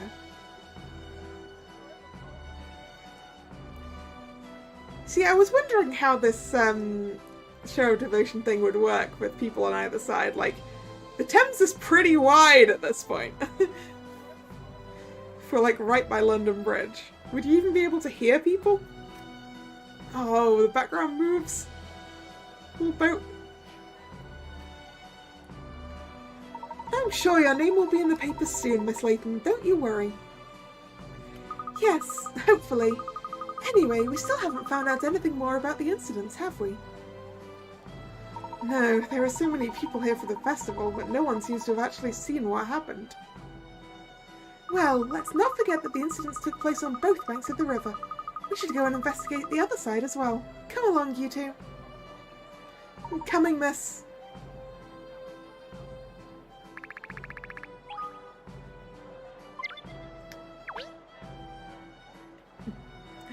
Apparently we're going to cross Tower Bridge.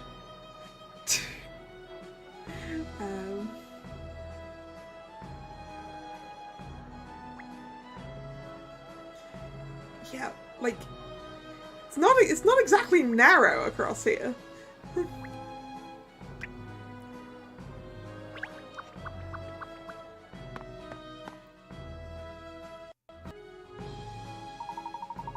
So this is where the missing woman threw herself into the river, then. It's dead quiet on this bank compared to the other side where the festival's happening. Yes, but there are still plenty of passers-by. Somebody may have seen something. But how will we ever find them? Well, we certainly won't find out anything unless we start asking people some questions. One of those people is a cat.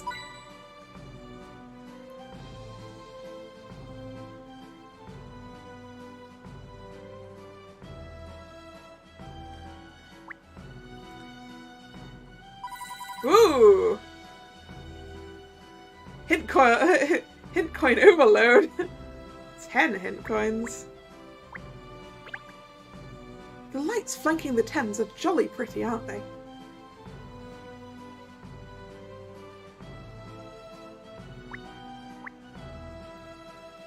The last cat we found didn't talk. Ooh! Hey, fashion farthings! We need more of those. That means we're up to 7. We need another 8 before we can dress Shirl like Sherlock.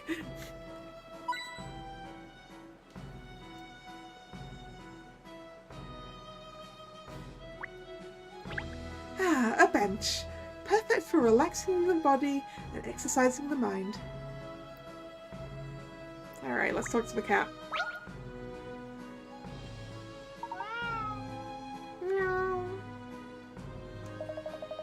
That's it, pierce my eardrums, why don't you? Is that a puzzle he's pouring?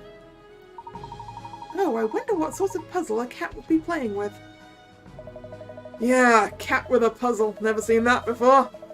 Alright, Pinstripes, I'll show you how it's done.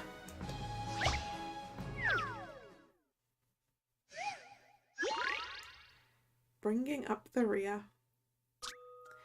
After 5 friends arrive at an arranged meeting place, they each describe what they could see ahead of them on the way. Here's what they all say. A. I could see C because we were walking together. B. I could see a few people ahead of me. C. D was walking in front of A. D, I didn't see anyone. B was walking behind C. No one overtook anyone else on the way, so who arrived last? Okay, so if D didn't see anything, it probably means they were in the lead. If D was in front of A, then A is second, and A was walking with C.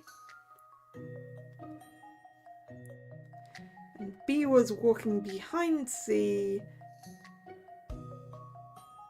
So E arrived last.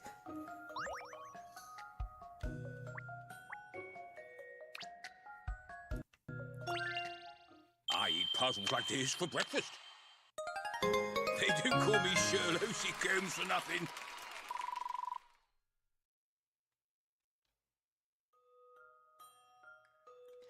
You did it. D was in front of A and C were together behind her. B was behind C, and since it was E that saw them, he must have been right at the back. Ah, to be so laid back. How he does it is a mystery. Ha, mystery. There are so many puns in this game. There, done it! I wonder where this Moggy got the puzzle from in the first place.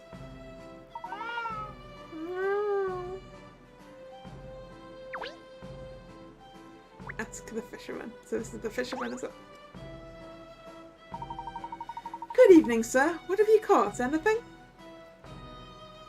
Ah, fellow night fisherman, are you? What have I caught, you ask? Let me see.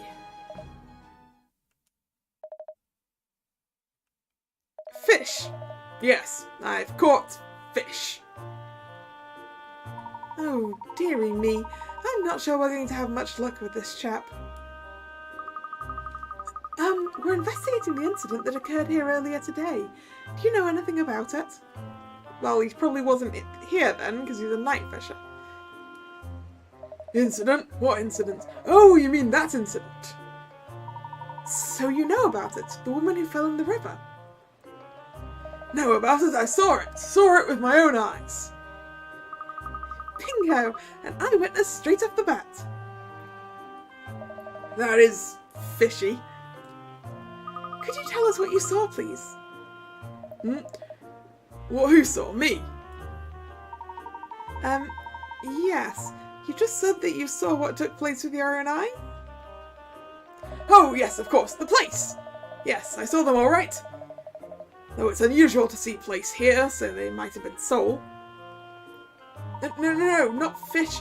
We were talking about the woman who fell in the river. A woman, you say? In the river? Do you know, I think I might have seen something like that. Or did I?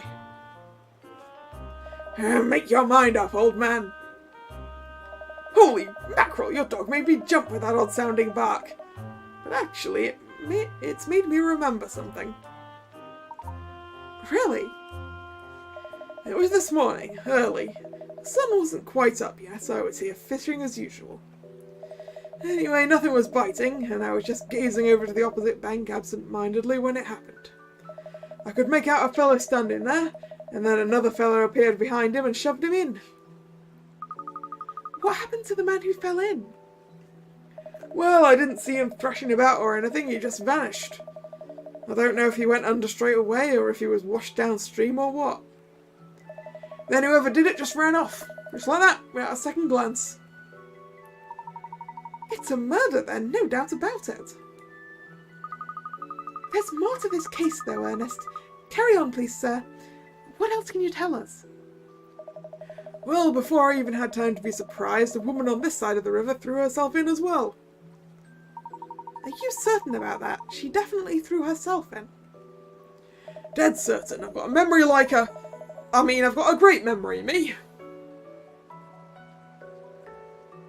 Says who?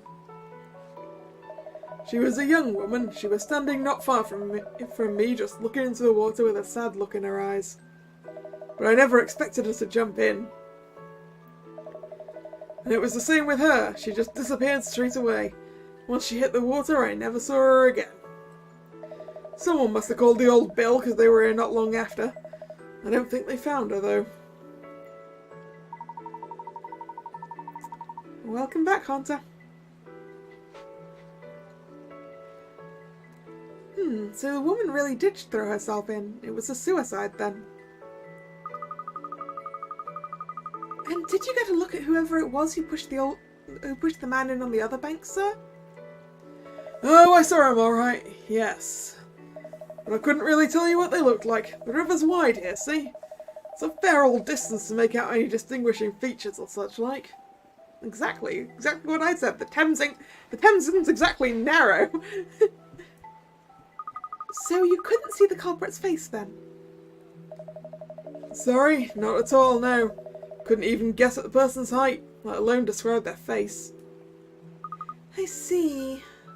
Well, you've still given us a very valuable statement, sir. Thank you, you've been a real help. You'll help? Why, have you spotted some?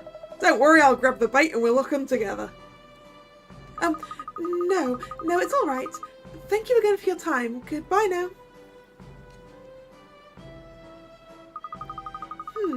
The opposite bank is too far away for our fisherman friend to have made out the face of the person responsible for pushing the victim into the river. Are you actually allowed to fish in the Thames? Honestly, no idea. I don't think you'd get much out of the Thames, though, fish-wise, right?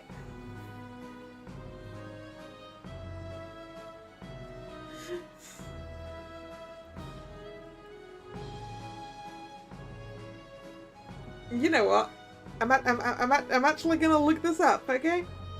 Can you fish in the Thames?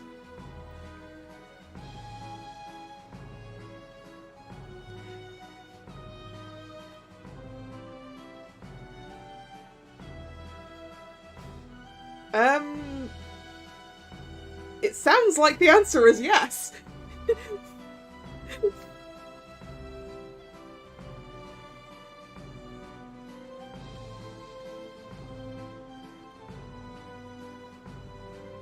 There's a bunch of laws about it.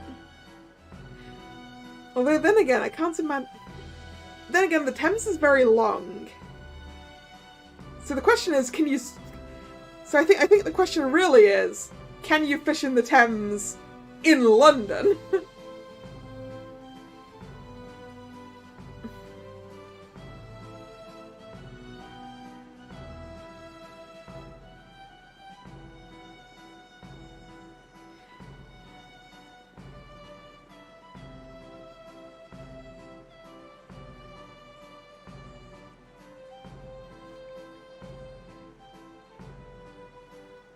And it looks like the answer is going to be a little too complicated. I've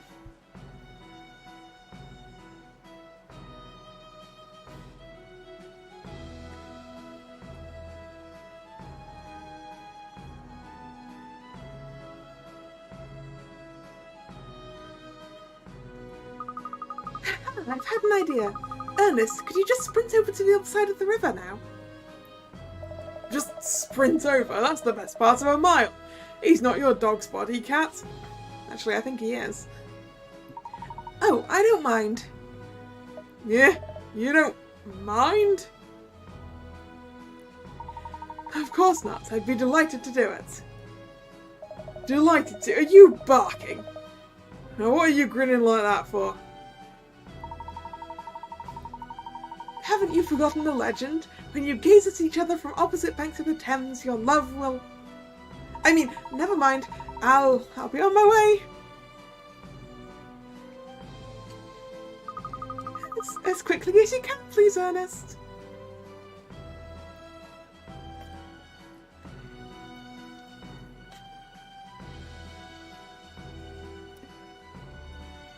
Yeah, I mean, if you're okay talking about it, then I guess it's fine, right, Hunter?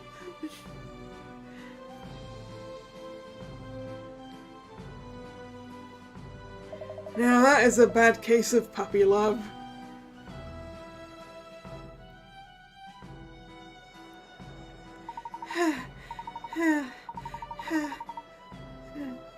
Phew, that was a long way.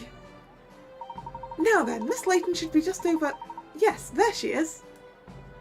Yoo-hoo, Miss Layton!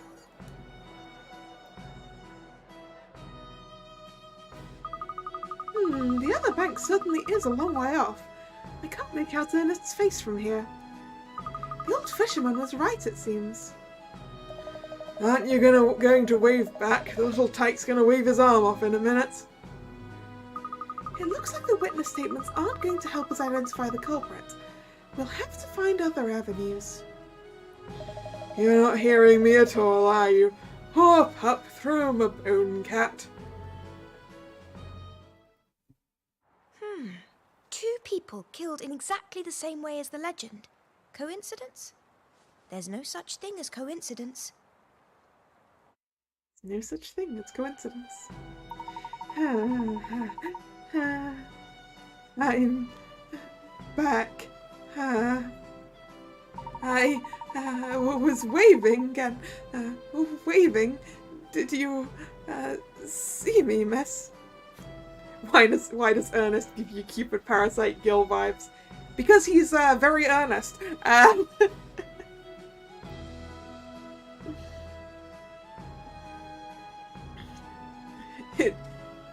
It is very much Gil vibes.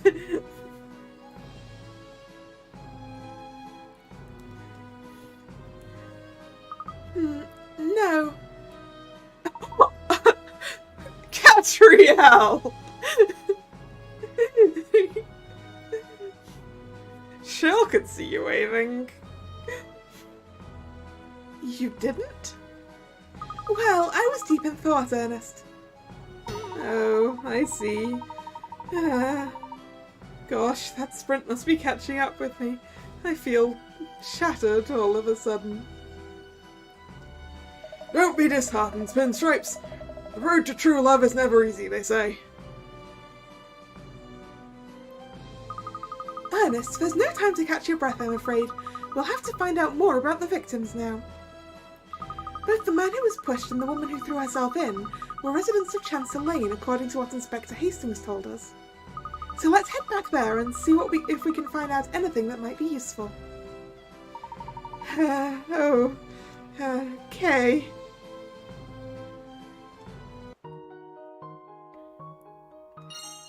Death's Mimicking Legend. So that goes here. Found a clue.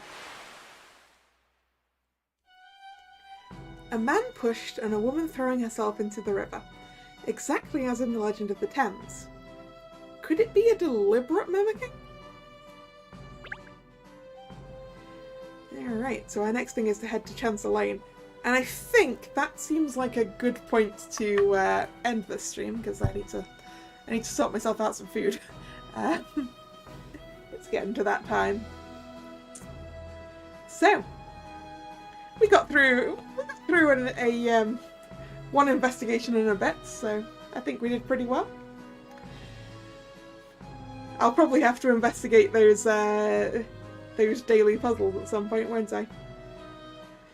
What's on the menu today? Honestly, not very interesting.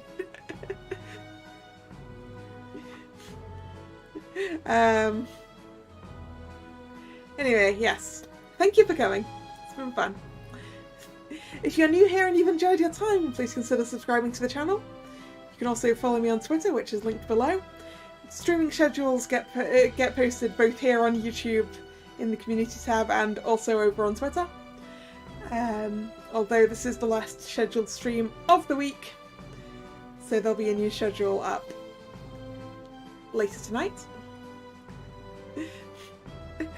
You're just wondering because you're quite hungry as well. I'm basically... At the supermarket I found some reduced price naan bread and then I was like, what can I put with that? So I've just sort of got that and like some chicken drumsticks and probably gonna have some sweet corn. It's like not anything interesting, it's just me scraping together a bunch of things. Anyway, yes. The next stream will be tomorrow, Monday, 7 PM. And I'm thinking that's going to be Twisted Wonderland to finish up this half of the new chapter of the new book. So yeah, hope to see you then or another time. Once again, thanks for coming, and this is Kalla signing out. See ya, bye bye.